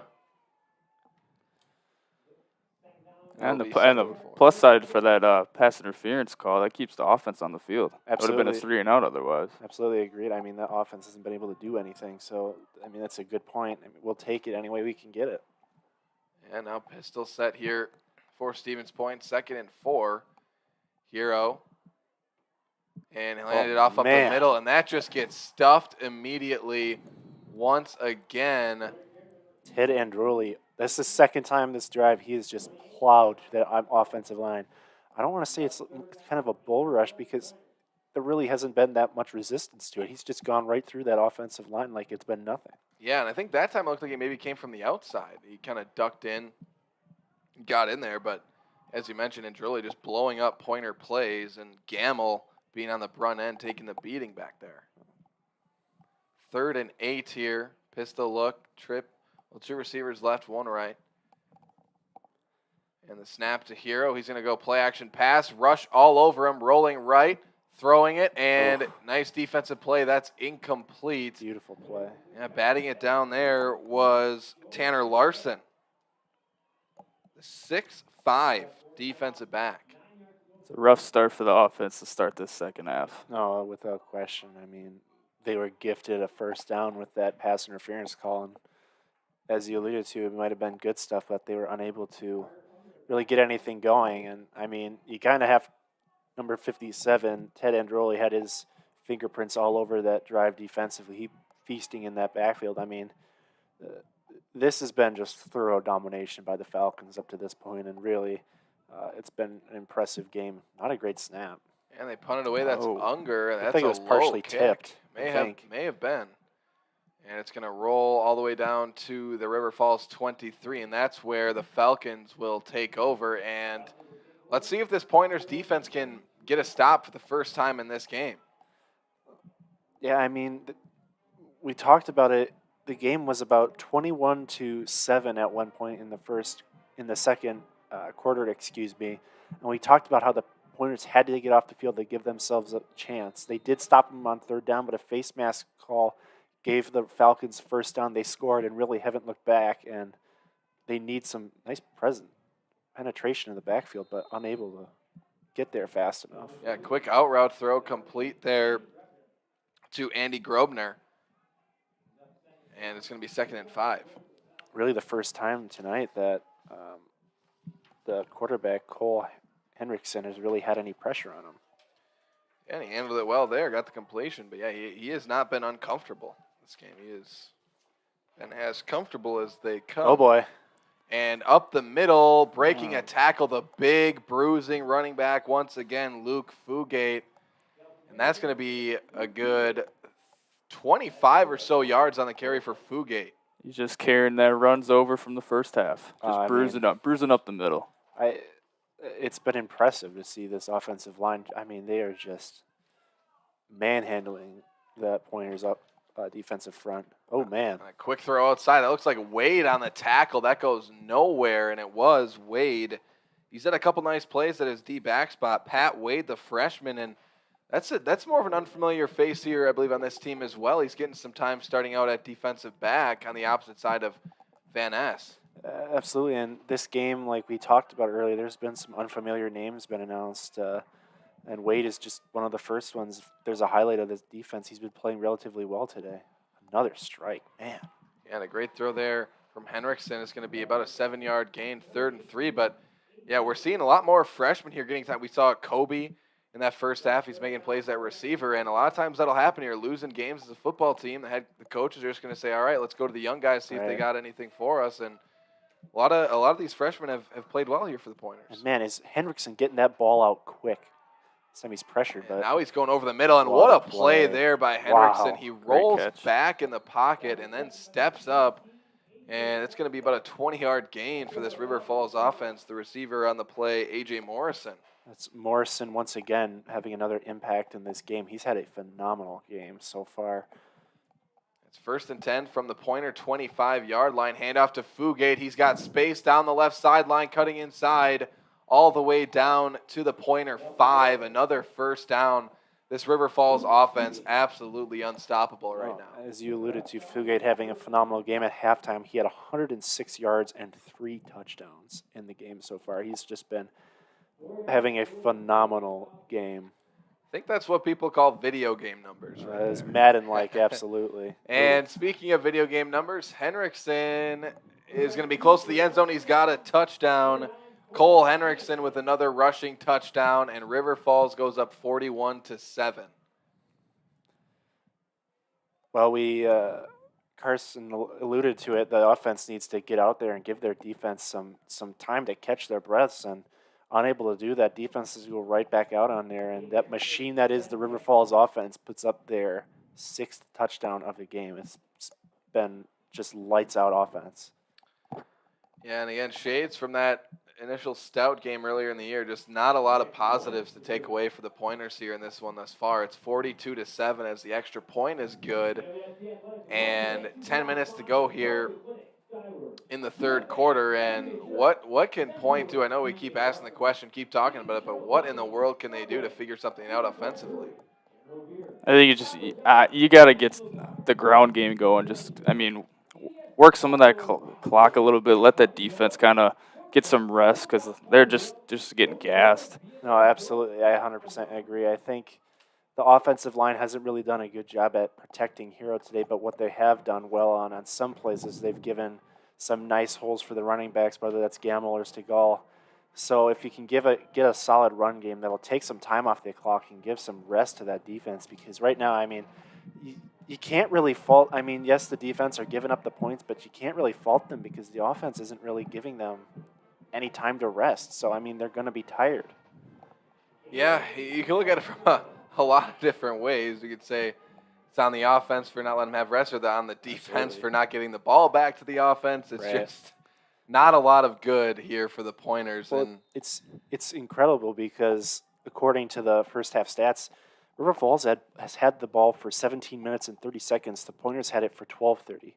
So River Falls has had the ball for 5 more minutes, yet they're winning by 35 points. I mean, it's just that's how well their offense is played today. yeah, and you know that saying, playing good complementary football. Maybe we'll have to start a new one, playing uncomplimentary football.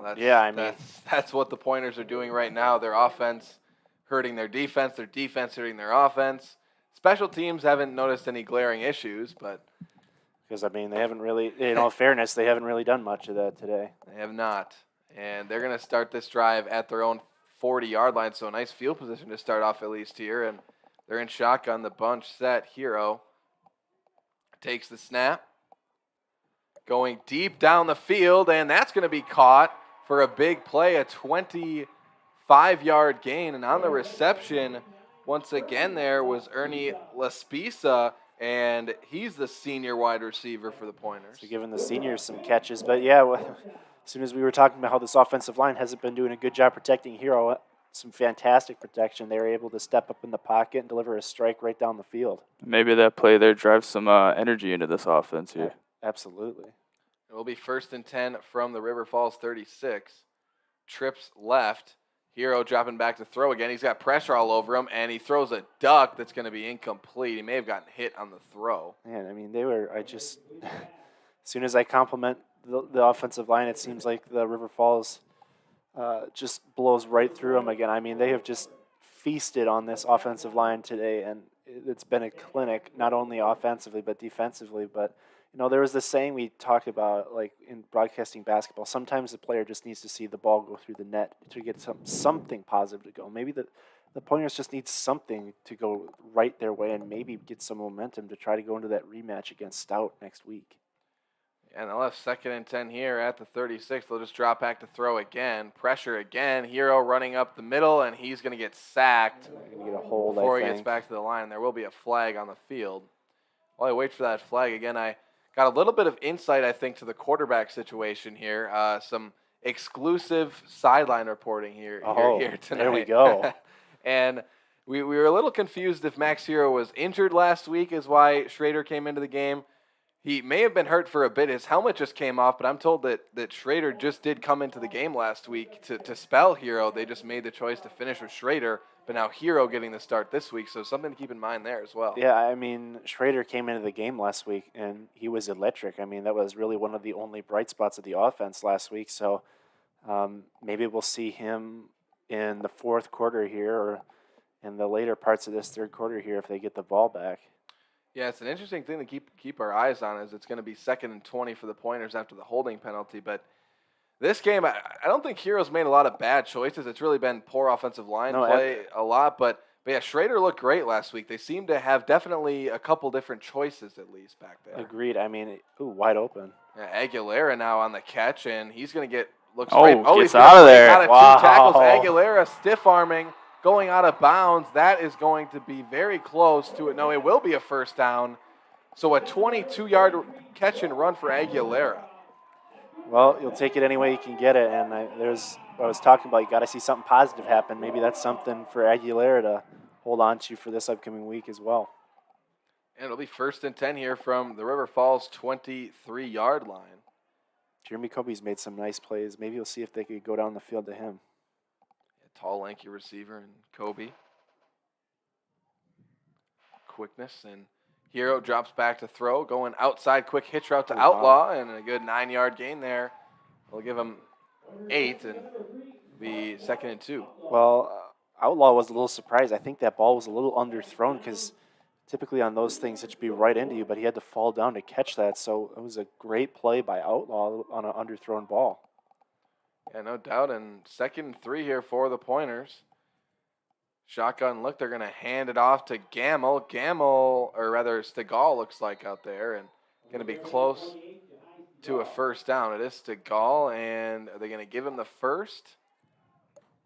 And yes, they'll give him the first down, so Stegall with the first. Maybe, I mean, the running back tandem of Stegall and Gamble thus far this year, really, they haven't had their time to shine in these conference games. We saw earlier in the year they played phenomenal. Maybe they can get some time here to get some yardage onto the scorebook and give them some more confidence. Yeah, now it'll be 1st and 10 from the 13. Hero drops back to throw, out to Aguilera on a quick swing route, makes one man miss, now gets stood up at the 8-yard line. Man. And is going to gain a few. Went down hard on that play. It's a nice defensive recovery by Michael Brown there, defensive back number 22, off of what seemed to be a promising pass there by Hero to Aguilera. Yeah, it'll be 2nd and 5 for this Pointers offense now here at about the 8-yard line of River Falls. So Point with a chance to score here for the first time since their first drive. Hero pitches it out to Gamble, cuts up inside, and then gets blown up in the backfield. What a play on the field there by Quashawn Collins, the senior linebacker, making the play in the backfield. Loss of 2 yards. Man, it looked like Collins was shot out of a gun right there. There was no chance for Gamble to make a move. I mean, Gamble made a man miss. The DN missed a little bit, cut inside, and then, like you said, just out of nowhere, Collins all over him. 3rd and 7. From the 10. Shotgun look once again. And River Falls showing blitz, and they do blitz. Hero goes to the end zone and overthrows an open receiver for a touchdown. The intended receiver, Ernie Laspisa, and Hero just missed him there. Yeah, I mean, he rushed that one a little bit, the blitz, but it was picked up pretty nicely. If he would have given himself a little bit more time to set his feet, maybe they would have had a touchdown. Yeah, he tried to throw it off his back foot, it looked like a little bit there. Maybe he tried to put a little too much on it since he did throw off his back foot. A nice step into that, but they're going to go for it here on 4th and 7 are the Pointers. And they'll have trips left here. On receiver right, it's Kobe up at the top of the field, and bobbled snap. Hero rolling out, going to the end zone, throws it up for grabs. That's incomplete out of the back of the end zone. Turnover on downs. Yeah, that was a broken play from the start, and just defensive pressure by the Falcons just shut that play down completely. I mean, you can't say it enough. Just give credit to where credit's due. UW-River Falls has just been dominant up to this point. Yeah, they have been, and yeah, if you're Stevens Point again, it's just a tough game for you. There's really no other way to sugarcoat it or put it. You just hard to take away any positives from this game thus far. Again, it would have been nice to get a score there, get yourself something, but you put a nice drive together and then you just can't quite punch it in. No, there won't be a lot of positives to take away, but there's still time to try to give yourself some momentum going into the next week. Oh man. Fugate gets thrown down hard. He's going to gain a few. Be 2nd and 7 for River Falls. It's like number 90, Ahmad Blake, in there slamming down Fugate.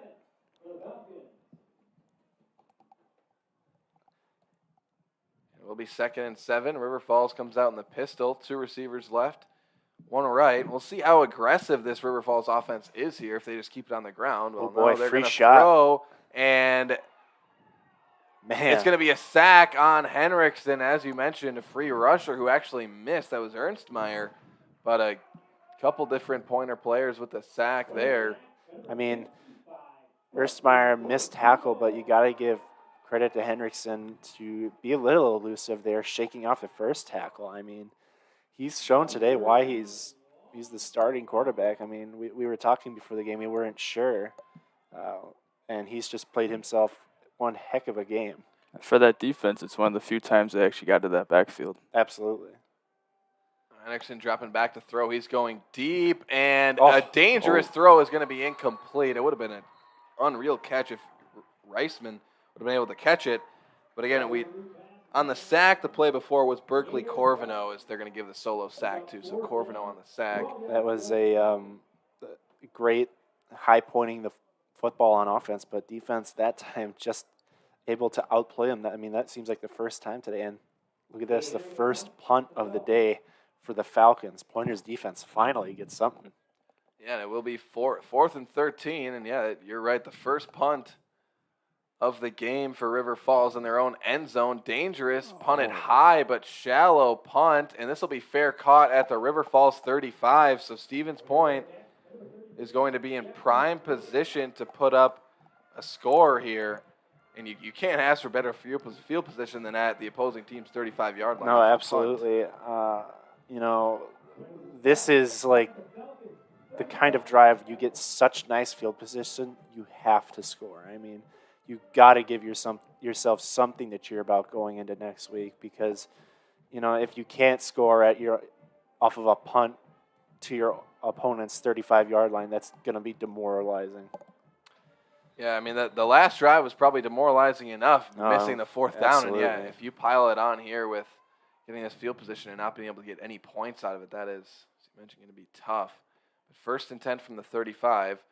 They're going to go play action pass Hero, and he's just got no chance back there, making a guy miss. Now he's going deep to the end zone. Kobe back there. What a throw and catch for a touchdown. Oh, my. Beautiful toe drag. Unbelievable There's a throw hanky on the field, and it is. Unbelievable throw and catch there for Kobe, but there is a flag down on the field. Holding. And I think they will bring it back, but... Man, I mean, all for nothing, but that was one heck of a play. And it is holding offensively, and what a play by Hero, first of all. Really, to put it quite frankly, just absolutely awful blocking there from the Stevens Point offensive line. It was, once again, we've mentioned his name a few times tonight, but it was Ted Androli who had the initial pressure, but Hero makes a miss, goes deep, and Colby open. He really wasn't that open. That was a perfect it was a throw. Beautiful kind of over-the-shoulder almost catch. It was deep enough where the offensive player able to make a play on it. Defense just beautiful coverage. Just it was better offense. Unfortunately, with the penalty, just wipes that all out. Yep, first and 20 now. Hero, quick throw out to Kobe. And Kobe's going to gain a few yards. And you got to think maybe the Pointers, maybe you're going to start doing a little bit more of what we just saw there, getting the ball into Kobe's hands. Yeah, no, I mean, he's been electric this far today. We talked about in the first two broadcasts we've had covering the team at home this year. We haven't mentioned his name much, and we've mentioned his name seems like several times today. He's been making some great plays. Has been maybe the only bright spot of the offense today. I'd say right now he's emerged and looked like the number one offensive threat playmaker for this Point team thus far in this one. Hero drops back a quick hitch route. That's going to be Segal lining up at the wide receiver position there, and they're going to gain a few more yards there. Nice physical end to that run there by Segal, showing that he's still trying to compete out there. And it'll be 3rd and 4 for Stevens Point. Spread set, balance set on each side. And Hero drops back to throw, steps up in the pocket, going to try to run, but he'll get taken down, and he'll gain about 2 yards on the carry. It's going to be 4th and 2, and you got to think Point's probably going to go for it again. I am very much surprised that there was not a holding call called there. The lineman tackled Ted Androli, and I am shocked that there wasn't a flag called, to be completely honest. I mean, Androli has been living in the backfield today. It seems like maybe the only way to stop him. Yeah, and Androli lining up at his right end spot, he's really made it difficult for Luke Mueller, the starting left tackle for Stevens Point. And a quick throw out here to Kobe, and Kobe on the quick screen. He's gone to the end zone. Jeremy Colby with a 27-yard touchdown for Stevens Point. Well, there we go. We talked about Kobe's been the most electric player on the team so far today, and he shows why. Prancing into the end zone off of a 4th down and 5, or 4th down and 2, excuse me. A little bubble screen action out on the edge and able to get into the end zone. And again, Kobe he's just been the guy that has instilled some fire into this team and just been making plays. And again, as we'll be here at the following 2-point home games, we'll look to see how much more they're going to continue to use Kobe and just try to make him more of an integral part of this offense. No, absolutely. You'd think they're going to be using him a lot more in the games in the future. I mean, he's having himself one heck of a ball game today. And the extra point attempt is up, and it is no good and missed. The extra point missed by Pontario, and it's 42-13. Stevens Point down, but Point, they get the good field position, and they score. Yeah, I mean, we talked about how it seemed like an important drive. You're given that nice a field position. You got to do something. It did take a 4th down conversion, but you'll take what you get, and it was a nice touchdown drive. Got to highlight Jeremy Kobe on that drive. It seemed like it was mostly him making plays to get him into the end zone. And Hero again. Hero had his beautiful touchdown negated away on the deep ball, which was also to Kobe, but. Man. They both still get a touchdown anyway. That's right. I mean, they make up for it. What we could do in the film is we could just, since they got the touchdown anyway, we'll pretend like that one counted. Yeah, pretend it was a little flashier than the other one. But no, that was maybe a good confidence booster for the two of them. Hero may have a go-to when it comes to passing the ball in the future. So who knows? I mean, in all likelihood, I mean, I think we can say the Pointers most likely will not come back in this game, but it may carry over some confidence into their upcoming game next week against Stout up in Stout. And the kickoff is away, and on the return once again, it's Blaha. Oh boy! And he looked like he may have had some space. He breaks loose and falls forward to the 34. If he could have kept his balance early on there was a lot of room out there. Yeah, I keep saying, I mean, I'm shocked that they have a backup quarterback as their kickoff return, and he almost had a chance. I mean, as you alluded to, there's a chance he could have popped that one free. He almost did stumble out of it. Yeah, Blaha clearly with some athleticism. Oh, absolutely. But yeah, definitely not a typical thing to have your backup quarterback as your kick returner. But now Henriksen drops back, throws it, quick screen, and some space here is going to gain about 11, 12 yards. That's going to be a 1st down for Andy Grobner, who's had himself a nice game at receiver as well. Yeah, no, they've been using, he looks like almost a hybrid tight end wide receiver. He's got the build of a tight end, but he's got the quickness of a wide receiver, so they line him out there. But they have utilized their tight ends in this ball game as well on nice little bubble screens.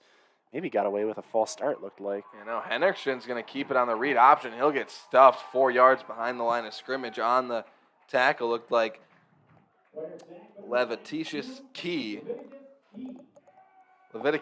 rather, on the tackle. Another positive thing for the Pointers defense, they are playing better here later in the stretch of this game.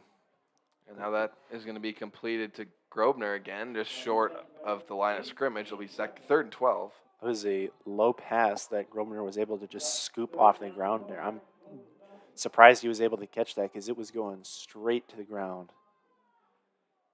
And now we're going to have an offsides, free play for Henriksen, and he's just going to throw it short. And this is going to be a 1st down anyways to the big tight end, to the big tight end, Ben Beasy. I mean, that's something I want the Pointers defense. I don't want to say it's a lack of effort, but they get caught on a free play. You can't just give up on the play. I mean, wide open was the tight end. We talked about how they are integrating the tight ends into this offensive scheme, and there has just been nothing this Pointers defense has been able to do to stop this offense today. And those short hitch routes, have been their bread and butter today. Oh, man. And now down the field, completed down the right sideline, just about into the end zone there. And on the catch, it was Brady Agramson, so name we haven't said yet tonight. Brady Agramson, the sophomore, with a big catch down the field for River Falls. They're hurrying up. They're on the goal line once again. Handoff up the middle. Fugate, and that'll be short. So, I mean, that pass play we were just talking about, it looked like it was going to Morrison. There was 2 wide receivers in the area, but just able to pick that up and go right down to the 1 yard line. I can't. And out. Second and goal. Fugate. Looks like he Handoff up the middle, and stuffed again. And what a confidence booster would this be if they could stop him at the 1 yard line? I mean, your defense hasn't been performing well all day. If you could keep them out of the end zone, looks like they're going to just be content in taking this into the 4th quarter. But if you could get a stop here at the 1 yard line.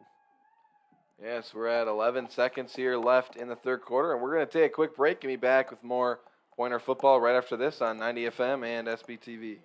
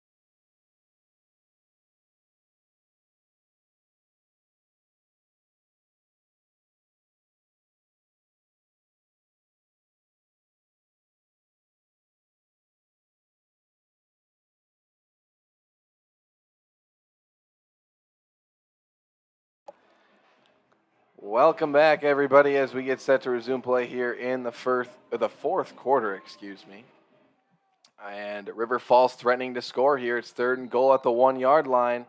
They come out in the pistol set.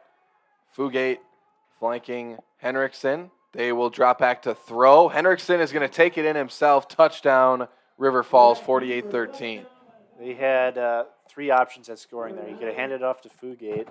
He could have tossed it into the flat to his tight end, or he could have taken it himself and decided to do it the hard way, take it himself and strutted right into the end zone. Took a little bit of hit at the end, but just another scoring drive. 6 out of their 7 drives, I believe, they have scored, or 7 out of 8 drives, I believe they've scored. Sold them short a little bit there. Yeah, I'm sorry. I can't do that to how well that offense has played today. And the extra point.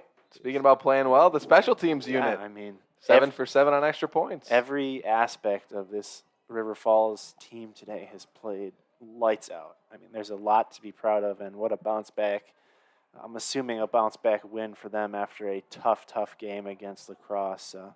So a great game for the Falcons and a really rough game for the Pointers. Yeah, and we'll see. We talked about it over the break. Will Stevens Point maybe give Schrader just a chance at quarterback here? Not that Will Hero has played poorly today. He really, this is probably the best we've seen Hero play, I think, this season. Yeah. This game, which he hasn't thrown an interception. He hasn't made poor decisions. He's really taken what the defense has given him, and the problem is defense isn't giving him anything. Yeah, no, I mean, he's doing exactly what we said that he had to do on offense. The defense isn't giving him anything, but also the offensive line really has not given Hero much help today. I mean, he has had no time to throw the football today. He's been having to scramble and make some amazing plays, and as you alluded to, he has not made any big-time mistakes, i.e. giving away an interception or fumbling the football. I mean, he had one amazing play that he made up all himself, but it was called back for a holding call. Just get on that ball, I would think. Yeah, dangerous there on the kick return, but Point able to come up with it, and they're going to take over at their own 29. Well, they're going to mark it at the 30. They're going to move it back. It'll be the 29, so Pointers take over at their own 29. Hero looks like he is going back in.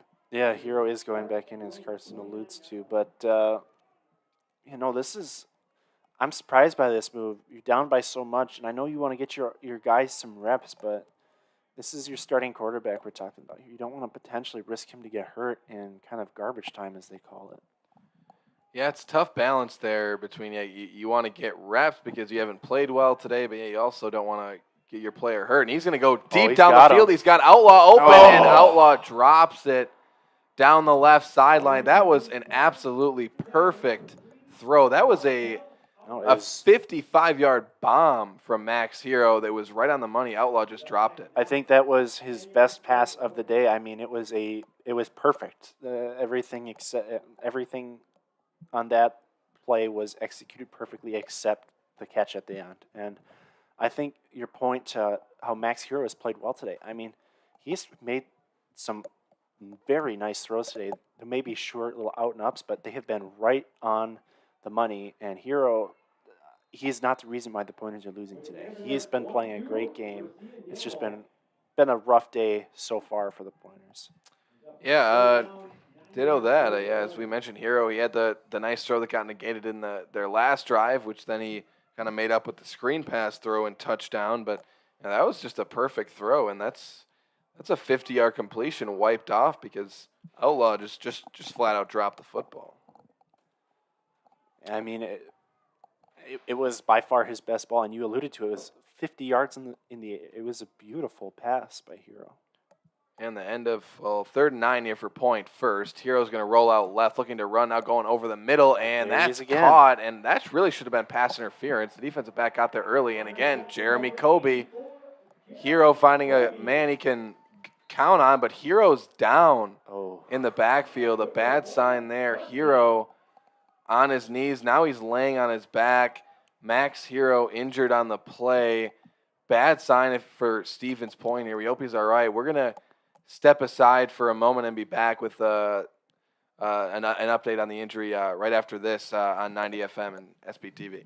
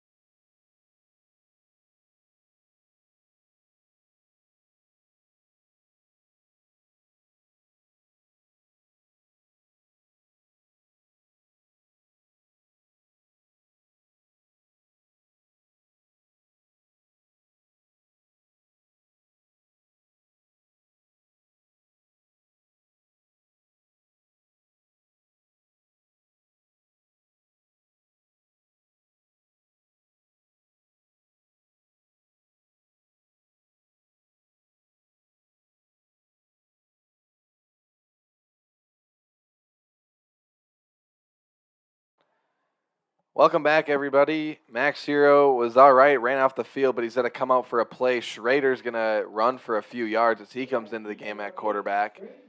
And now maybe do you think even if Hero's okay, you don't put him back in with the injury? I would think not. I was alluding to it earlier. I mean, you don't want to risk it. You brought up a good point at break. You want to give them some game time playing, but I think when it's called garbage time, you don't want to risk getting just a drop. Yeah, and speaking of how great Kobe's been playing, he drops the football. Maybe had his eyes downfield a little bit and just unable to secure the ball. But we talked about there's no reason right now to put your starting quarterback back in at risk. And we're looking at Rissy and Gamble at the sideline, looking like they're going to just tape up maybe a cut on the sideline. But trying to find Max Hero on the sideline here. He is there. Yeah, he's walking around. Yeah, it does appear to have his helmet on. There he is. He's down there walking around. So it will be 3rd and 7 for this Point offense with Schrader at the helm, that being Trey Schrader. And he's going to go deep down the field, and that's going to be picked off by the River Falls defense here. And on the interception, that looked to be Aaron Borgerding on the interception. So Schrader on his second throw attempt intercepted. I mean, to me, it really didn't look like he had his feet set. It looked like he threw off his back foot, not able to get really anything underneath it, and threw it looked like right into the lap of Borgerding, and interception. River Falls takes over. Yeah, now they'll take over at their own 40-yard line. Looks like they will bring the backup quarterback. Yeah, Blaha's in there. So we got to see Blaha return some kicks today. Now we'll see what he has at quarterback here for River Falls. You know, we know he's pretty quick with how he's returned some of these kickoffs, so but we haven't seen his arm yet today. We know he must obviously be just an athlete to have him line up to be a kick returner, but we'll see if he can show the fans why he's an electric player. Yeah, and they're going to run it with him here. He's got some space to the outside, still running down the right sideline, cuts it up, and is taken down. That is going to be a 20-yard run for Blaha. So there you go. There's that athleticism. Man, I tell you what, he has the patience of a running back there. He got to the edge, and even as he was going down the sideline, he waited for blockers to come and give him some support there for him to extend the play. So, I mean, Blaha showing he's an athlete, and there's a reason why he's the kick returner. He is just an electric player every time he touches the football. And it'll be 1st and 10 now at the Stevens Point 33 with Blaha at the helm. A lot of backup receivers in as well, running backs. The River Falls looks to have an entire their scout team out there. And Blaha's going to take it again along the edge on the left side, breaks a tackle, powers forward, and he's going to have a River Falls first down. Blaha showing his skills. I mean, number 27 for the Pointers, Jahan Dowing, was coming in for the tackle, and Blaha just skipped right over. I mean, it just showed. I mean, the raw athleticism that he must possess, that he has, is just it's amazing. I mean, he's just making defenders miss. I mean, it doesn't even look like it looks effortless almost. Yeah, I think the Taysom Hill comparison's pretty fair. Oh, absolutely. Throw out on a quick screen now. He's going to throw the football, and that'll get stuffed for a 2-yard loss. Multiple Pointer defenders in on the play. On the reception, it was Tim Owen. But Blaha, he's thrown it a couple times. He's put it on the money as well, so a capable thrower as well. Absolutely. He's a very capable backup. I think that comparison to Taysom Hill is pretty accurate, but they don't exactly use him as the Taysom Hill. They don't put him in the game as much to throw it, but I mean, they definitely have that option if they want to have it. Just how athletic he is. He's certainly making a case on this drive why he should be out there more. Absolutely. He's going to run it again, and as you mentioned, he's just got the vision of a running back. He just kind of slow plays it like an old style Le'Veon Bell type, just hopping around, getting 5 yards or so on the play. Also a freshman, Blaha. Yeah, no, definitely has a bright future, I imagine, as the quarterback for River Falls. He's just an amazing athlete, and he got 3rd down and long here, and let's see if the Pointers can potentially stop us talking about him. And they'll hand it off, and that will go nowhere, so they don't go to Blaha on 3rd down. They just straight hand it off to the running back, Tim Owen, and it goes nowhere. It's going to be 4th and 7, and it looks like River Falls is going to go for it. We would see their field goal kicker out today, but we've seen the extra points, and they've been pretty good, so we know that the kicker has a nice leg, but it looks like they're going to want to just give that offense some reps unless they're just going to try to take some time out down. It doesn't look like they're set to run a play at all. I think No, they're going to call a timeout yeah, and then kick I a agree. field goal. I see the field goal kicker warming up on the sideline. So that's what they're going to do. They're going to call a timeout, and it's 49-13 Falcons. Looks like they're going to kick that field goal. But, again, as you mentioned, this will be the first time we'll see the field goal kicker coming out to actually kick a field goal. Yeah, no, I mean, this might be maybe the one spot that River Falls, if he can't make it, this might be the one spot that you can't say that they've done perfect today. I mean, even when backup time and Blaha comes in, he's playing electric. He's playing fantastic. And, yeah, they will. I thought for a second maybe they were going to bring him back up, but they will line up the kick kind of awkward spot. So see how this goes. Yeah, it's on that left hash, so he's going to have to kind of curve it in there or hook it to the right. Again, on to kick Man, there's for just River some Falls, Cade Henry. confusion on the pointer side. Henry to kick. They have a Here free, from the 17. free rusher right at it. And Henry up with it. Short. That looks short, and it is short. May have missed, too. That's no good on the field goal attempt, and there's the flaw for River Falls. That's, as you mentioned. That's it's only a missed field goal while leading 49-13, but, I mean, it didn't even look like he really got that much out of it. It just kind of one-stepped it, and yeah, it looked like Vanessa maybe even might have got a finger yeah, on that. they did have a free rusher kind of around the edge, but it did not look like he got as much into that as he could have. No, it didn't, and the Pointer offense is going to take over at the 20-yard line, their own 20-yard line, and it looks like is that Schrader back out there, I believe, or is Hero is on the side. So it is Schrader back at quarterback, and they'll hand Schrader it off. Falls down kind of awkwardly. Hand it off up the middle on the run there. It was Seth Forbes. Haven't seen him much this year for the Pointers. Yeah, no, they're all kinds of different pointers are getting some reps right now, and I think the Pointers have also made a good amount of substitutions here as well. Jeremy Kobe's still out there at receiver, though, which I think we can safely say has been the Pointers' #1 receiving option for the season. Oh, yeah, he is. He's been today, and it probably will be going forward. Forbes up the middle. Oh, Forbes takes a big hit, but he's going to get the first down. But a big hit there, and on the tackle was Andrew Steiger, on the hit, the freshman. Wow, I mean, that was he got the first down, but that was a vicious hit. And that was from a cornerback. I think a hit from a corner. Somebody injured, or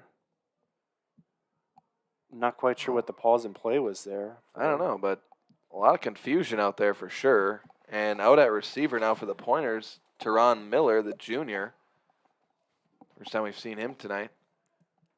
Schrader takes the snap, play action pass, rolling left, and he's going deep, and that's just going to be out of bounds. A wise play there just to throw that away for Schrader.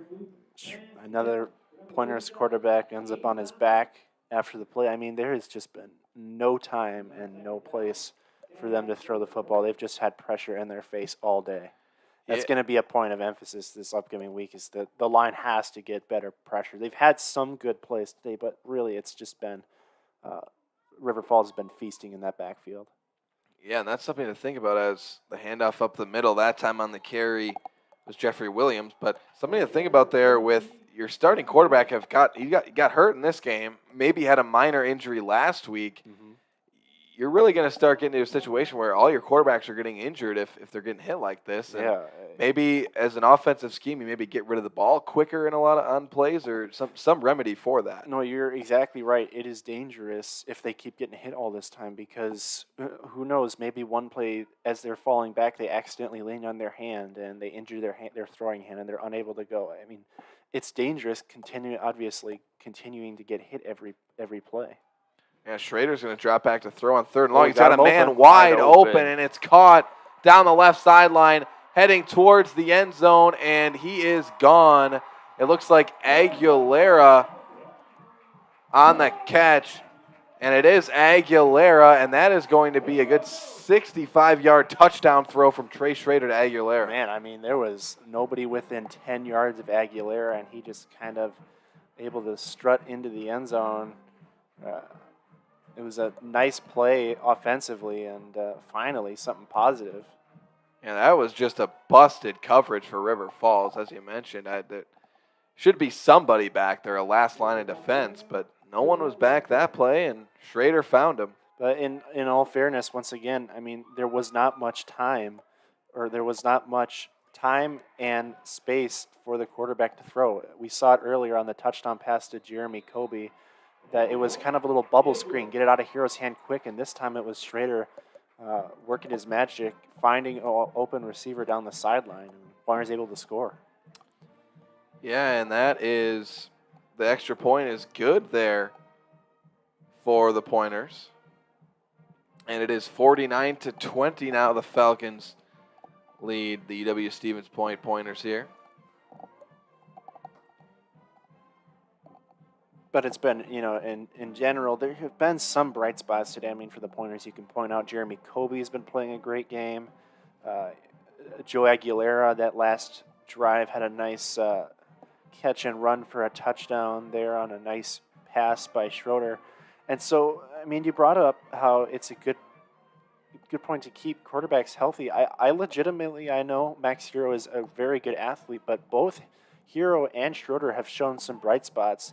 And Hero has had a good game thus far today, so we'll see.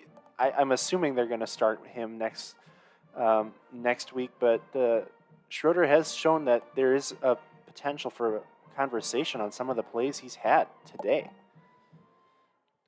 Yeah, there's no doubt about it for Schroeder. Both quarterbacks with a lot of athleticism. They can both move really well. Heroes looked really good today. Not as much. The first couple games we saw him, he's looked a lot better here today, though. Without question. He's really had some great ball placement here today where he's just putting it in the only spot where his receiver It seems like, even though he's been pressured, he's much more relaxed and calm in while throwing. I mean, in some of the plays where he has had defensive players in his face, he's made mistakes, kind of really panicked and thrown the ball away. Today, he's been more smart with the football, hasn't turned it over, and I mean, we alluded to it's nice to have two quarterbacks that are playing well, and Schroeder and Hero both have some bright spots that they've shown on the field. Yeah, and another thing to keep in mind with Hero, he is a redshirt sophomore this year, so it could just be getting some game reps and getting that experience where he's really the game's starting to slow down for him. But now Blaha's going to throw a quick screen outside, and that's going to gain a good 5 yards or so on the reception, and run was Jaeger Reisman. But you see that at all levels with younger quarterbacks, guys that haven't played a ton of snaps. You want to give them exposure to game time reps. It's and they're doing the same thing here with Blaha. I mean, both teams are just exposing their young talents to what game type plays are like, and it's getting a little darker here in Stevens Point as we get closer to the end of this game. About 6:45 to go, but. I mean, it's experience that these young guys can carry on into the future. And no doubt about it, is this is going to be a handoff outside, and that is going to be a first down and more for River Falls. And on the carry that time was That is going to be Blaze Todd, the running back, the freshman. Well, Ryan Bowe with the hit to knock him out of bounds. It looked maybe a tad late, but that just could have been perspective on my side. No flag thrown as clock will continue to run here, closing in on 6 minutes to go in the game.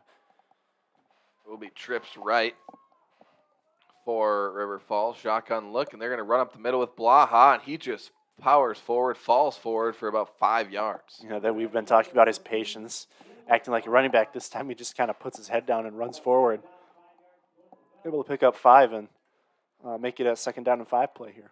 Yeah, one of the best skills as a running back is actually just being able to fall forward. Absolutely. Not go back and just fall forward, gain that last couple of yards. And Blaha can do that. He showed it there. Blaha, again, Henriksen is a senior, so he'll most likely be done after this year at quarterback for River Falls. And this team seems to have a pretty bright future with their freshman here, Blaha. Without question.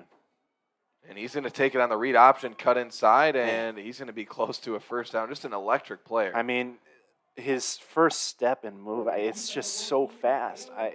It gives you reason, if you're a Falcon fan, to be excited for the future, because just his raw athleticism he has. I mean, as soon as he faked the handoff, it looked like he was up the field in less than 2 seconds, and he picked up 4 yards. It's just absolutely electric. There's no doubt about it, and I think we have been proven that, hey, this is an exception where we get why he's a kick returner. Oh, yeah. We understand. Oh, yeah, you and I were kind of shaking our heads. We're like, whoa, and now we know. Now we get it, and he's going to run it again up the middle, bowling forward for another 8 yards. This may be the best running back we've seen today, either side. Yeah. Well, there's they're disguising a running back and having him play as quarterback. No, he's just Blaha's been just making as much as what he can given this time he's got here. Yeah, that's no disrespect to his throwing ability. He's thrown it pretty well in the throws he's made, but running the ball, he's just been electric. He hasn't have to. He hasn't had to throw the football. He's been able just to pick up so much yardage running it on the ground. That's exactly right. And 1st and 10 here from the 21 of the Pointers. This River Falls offense looking to score again. Quick screen outside, and this has promise running down the right sideline and just pushed out of bounds before the pylon. And on the reception and the run, that was Brady Agramson, the 6'5" sophomore receiver. Didn't quite get that out there with as much zip, but he was able to make that play and 1st and goal for the Falcons. But yeah, it's no question that the future with Blaha is definitely going to be a bright one. And we're approaching 3.5 minutes to play here in the 4th quarter as River Falls taking their time here. And now 5 seconds here on the play clock. They got to get it off. 2 seconds. And they do get it off with 1 second. Blaha's going to run this down the left side, cut it up the middle. Touchdown for Caleb Blaha, the freshman quarterback. 55-20, River Falls. I mean, what else can you say? I mean, it looks almost effortless. He used his running back vision there again, picked a hole, pushed his way through, was able to strut in for the touchdown. And Pointers fans are booing, but you kind of got to applaud the effort of Blaha just wanting to get one more drive down the field. And he's been that entire offense since he came in. No, absolutely. Yeah, and you got to think maybe with River Falls they might want to try and use Blaha in more of that Taysom Hill role. Just get the ball in his hands and let him make plays. I mean, it hasn't hurt them today. They've scored without it, but hey, he's definitely capable of playing that role. It'll add that extra aspect to their offense as well. I mean, you'll know that they obviously have to plan for the accuracy of Hendrickson because, I mean, he's been lethal today throwing that football. But they'll also have to, if they decide to use Blaha, they'll have to account for his running ability as well as he can step back and throw it if needed too. So it just adds to their offensive capabilities here for the Falcons, and they have their next matchup is up at UW-Eau Claire next week, and they're going to be bringing in a lot of confidence after this victory here. Yeah, there's no doubt about it, and they're going to end up improving to 4-1 on the season. They'll get their first WIAC win. While Point's going to drop to 2-3 and 0-2 in the conference. But Point's going to have another chance on offense here, and we expect them to try and score it. Probably not just going to run the clock out. What are you looking to see here for the Pointers? Anything you can take away if you get a score here? It would put them at 26, 27 points for the game, which looks good. But yeah, it would look good. But in general, the offense has really struggled today, and it's really, as you alluded to earlier, it's not really been their fault. I think it's the fact that River Falls has just been playing some top-notch defense today. I mean, they have just been bullying this offensive line, and there's not much been able to happen for the Pointers quarterbacks or running backs. I mean, it's just been a dominant game in general, and I mean, the box score shows it leading by 36 points. I think the biggest thing this Pointers offense can probably look to improve on is number one offensive line play. We've been talking about that all season. The offensive line has really struggled for a lot of this season to pass block mostly, but sometimes run block as well. And also those drops from receivers that we saw in this game as well.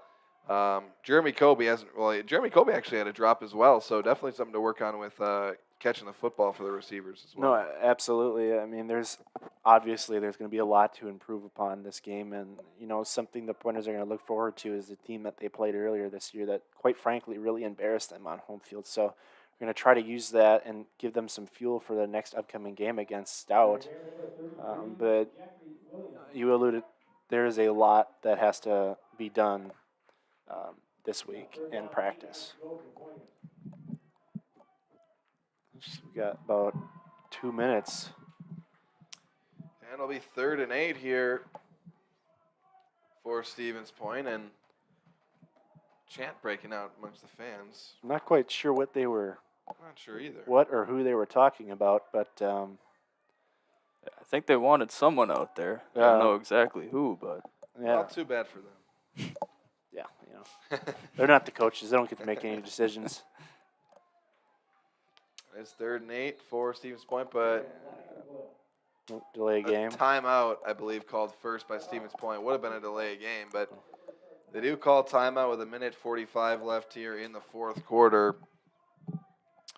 They want Parker, I think, is what they're shouting. Parker, that's what we'll do Parker- during the break. Figure out who they're Parker talking Coaster, I see number 32, the running back. about. All right. Out of Combined Locks, Wisconsin.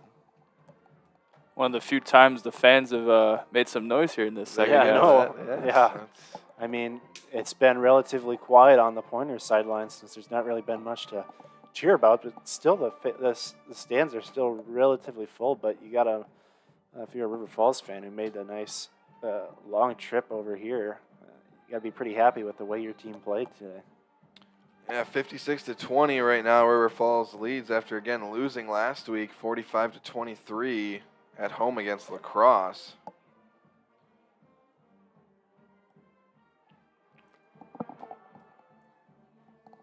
And it'll be 3rd and 8 here. Pointers in shotgun, 2 receivers right. It's Kobe and Aguilera. Now Aguilera comes in motion and he gets the ball running down the left side here, spinning and getting taken down right at the line of scrimmage. And it'll be 4th and 8. If you're Stevens Point, do you bother going for it, or do you punt it away and let them knee it out? I think at this point you got 1:30 left. I say you kick it away, and the courtesy thing for River Falls would be just to kneel it out. I mean, you would think you're up by 36 points right now. You know you're going to come home with the win. Let's not risk hurting anybody on really garbage time plays. We're just going to take a knee, head home happy, nice bus ride home. Yeah, it looks like they are going to punt it, but they're going to have to hurry up. They only have 5 seconds on the play clock, and they're probably going to have to call another timeout if they don't want to get a penalty. And And they're going to get penalty. they're going to get a delay of game unless they got a timeout There off. was no rush down to call it a timeout. Yep, delay of game. So interesting. I guess just didn't know where the play clock was. And that's going to be a delay game for the Pointers. But again, sometimes you can get away with that excuse in high school not knowing the play clock because a lot of times Right. you don't have a play don't clock have it out there. right next But we got 2 huge play clocks here at Yeah. Gerke Field. There's no excuse for not knowing how much time was on there, and you would think that on your own field you would know where they are, but that may have just been, there's not really much to describe what happened there. There's no reason for why there wasn't a penalty called in. It's the stoppage. Yeah, and I I don't know don't what know what- conversation is going on here. I don't know what's going on right now. It's almost like they're thinking, did they call a timeout or not, or what? What's going on? Referee looks like he's getting set to make a call. Okay. Oh, that's right. 10. So that'll Penalty be with a 10-second runoff. It'll be 46 seconds on the game clock now. Pointers could have taken the timeout to not have the 10-second runoff, but at this point, Would just be a formality. why do that? Oh, boy. Unger will punt it away. Almost blocked. Well, I had a chance. A with good that. punt, and they're going to try to return this as River Falls down to the 43. That's Probably an unnecessary- A little surprising to me. They're definitely risking some injury there, but on the return for River Falls that time it was Michael Brown on the return. 30 seconds left. 1 kneel to end this game. I would be very surprised if they actually run a play here. Looks like they're not. Looks like they're going into the knee formation, and they are. Does look like it, even though. Yep. So is Blaha under center, or Nope. He's They're back gonna- there. they're going to knee it out of shotgun? Interesting. That's something you see often. Is the knee out of shotgun, but they are going to knee it out, and That should do it. that is going to be it. There's still time on the clock, but that's going to be over. Point's not going to call any timeouts. And the UW River Falls Falcons take down the UW Stevens Point Pointers 56-20 here tonight as Stevens Point drops to 2-3 overall, 0-2 in conference play, and the Falcons improve to 4-1, 1-1 in conference play. And looking back at this game, what's your guys' immediate takeaways from this game and where the Pointers can go from here? Well, I mean, obviously, you can't go anywhere but up from here. I mean, it was just a performance try to not to repeat. I mean, everything that could go wrong really went wrong. But if a few highlights are Max Hero and Kobe's really just came out today and played really well on the receiving end, made a few good plays, and Jeremy Kobe, that is, excuse me.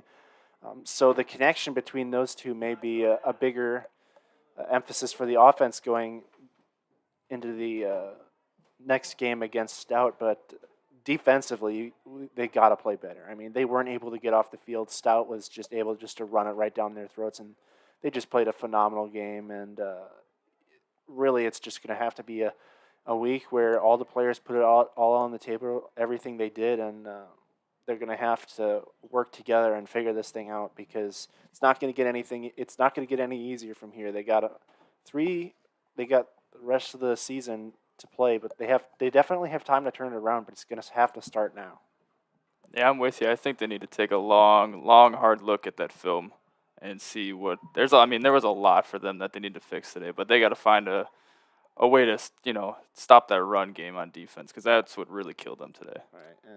And another thing I think you pointed out a little bit too, Keel, was the offensive line. It just needs to work on protecting their quarterbacks because I don't know how many times we talked about whether it was Max Hero or Trey Schrader, they were on their backs after rolling out plays. I mean, they just had no chance to throw the football or make a play. I mean, there was a few plays where Hero was able to make an electric play. Obviously, Schrader with that deep 60-yard pass to Joe Aguilera for a touchdown, but they have really not had any time today to throw the football. They've just been in constant pressure, and most of that is due to the offensive line just getting blown off the line of scrimmage. You know about it, and they take on UW Stout now next week. They go to Stout. That one will count as a conference game. Point lost. We were here for that game, 14-45. Thoughts heading into that matchup next week? Well, obviously, it's going to be a chance to a get-back game. You already have plenty of film against the team that you played, but they're going to have to look at what they did today and say, okay, everything we did today, we can't do next week. They're going to have to. We were here for that game, and they started off their first drive pretty well. They went down the field, aren't able to put it into the end zone, and then miscues the way. Hero throwing interceptions, fumbles, recovered by Stout. That was able to really put the game away. So in the beginning, I felt like it was going to get a little closer. The defense played well in that game. So if the Pointers are going to want to put themselves in position to compete and win that game, Hero's going to have to play a nice game like he did today. No turnovers, take what the defense gives them, and that defense is going to have to play better if they want to have any chance. Yeah, no doubt, and that will do it for our broadcast here tonight. We want to thank you all for joining us. Once again, my name is Keel Jacoby alongside Will Harrelson and Carson Tuke. All right, Correct. Awesome, got it right. 5th time's the charm. Hey, that's right. There. All right, so we want to thank you all for joining us here, and we will see you next time here on 90 FM and SP.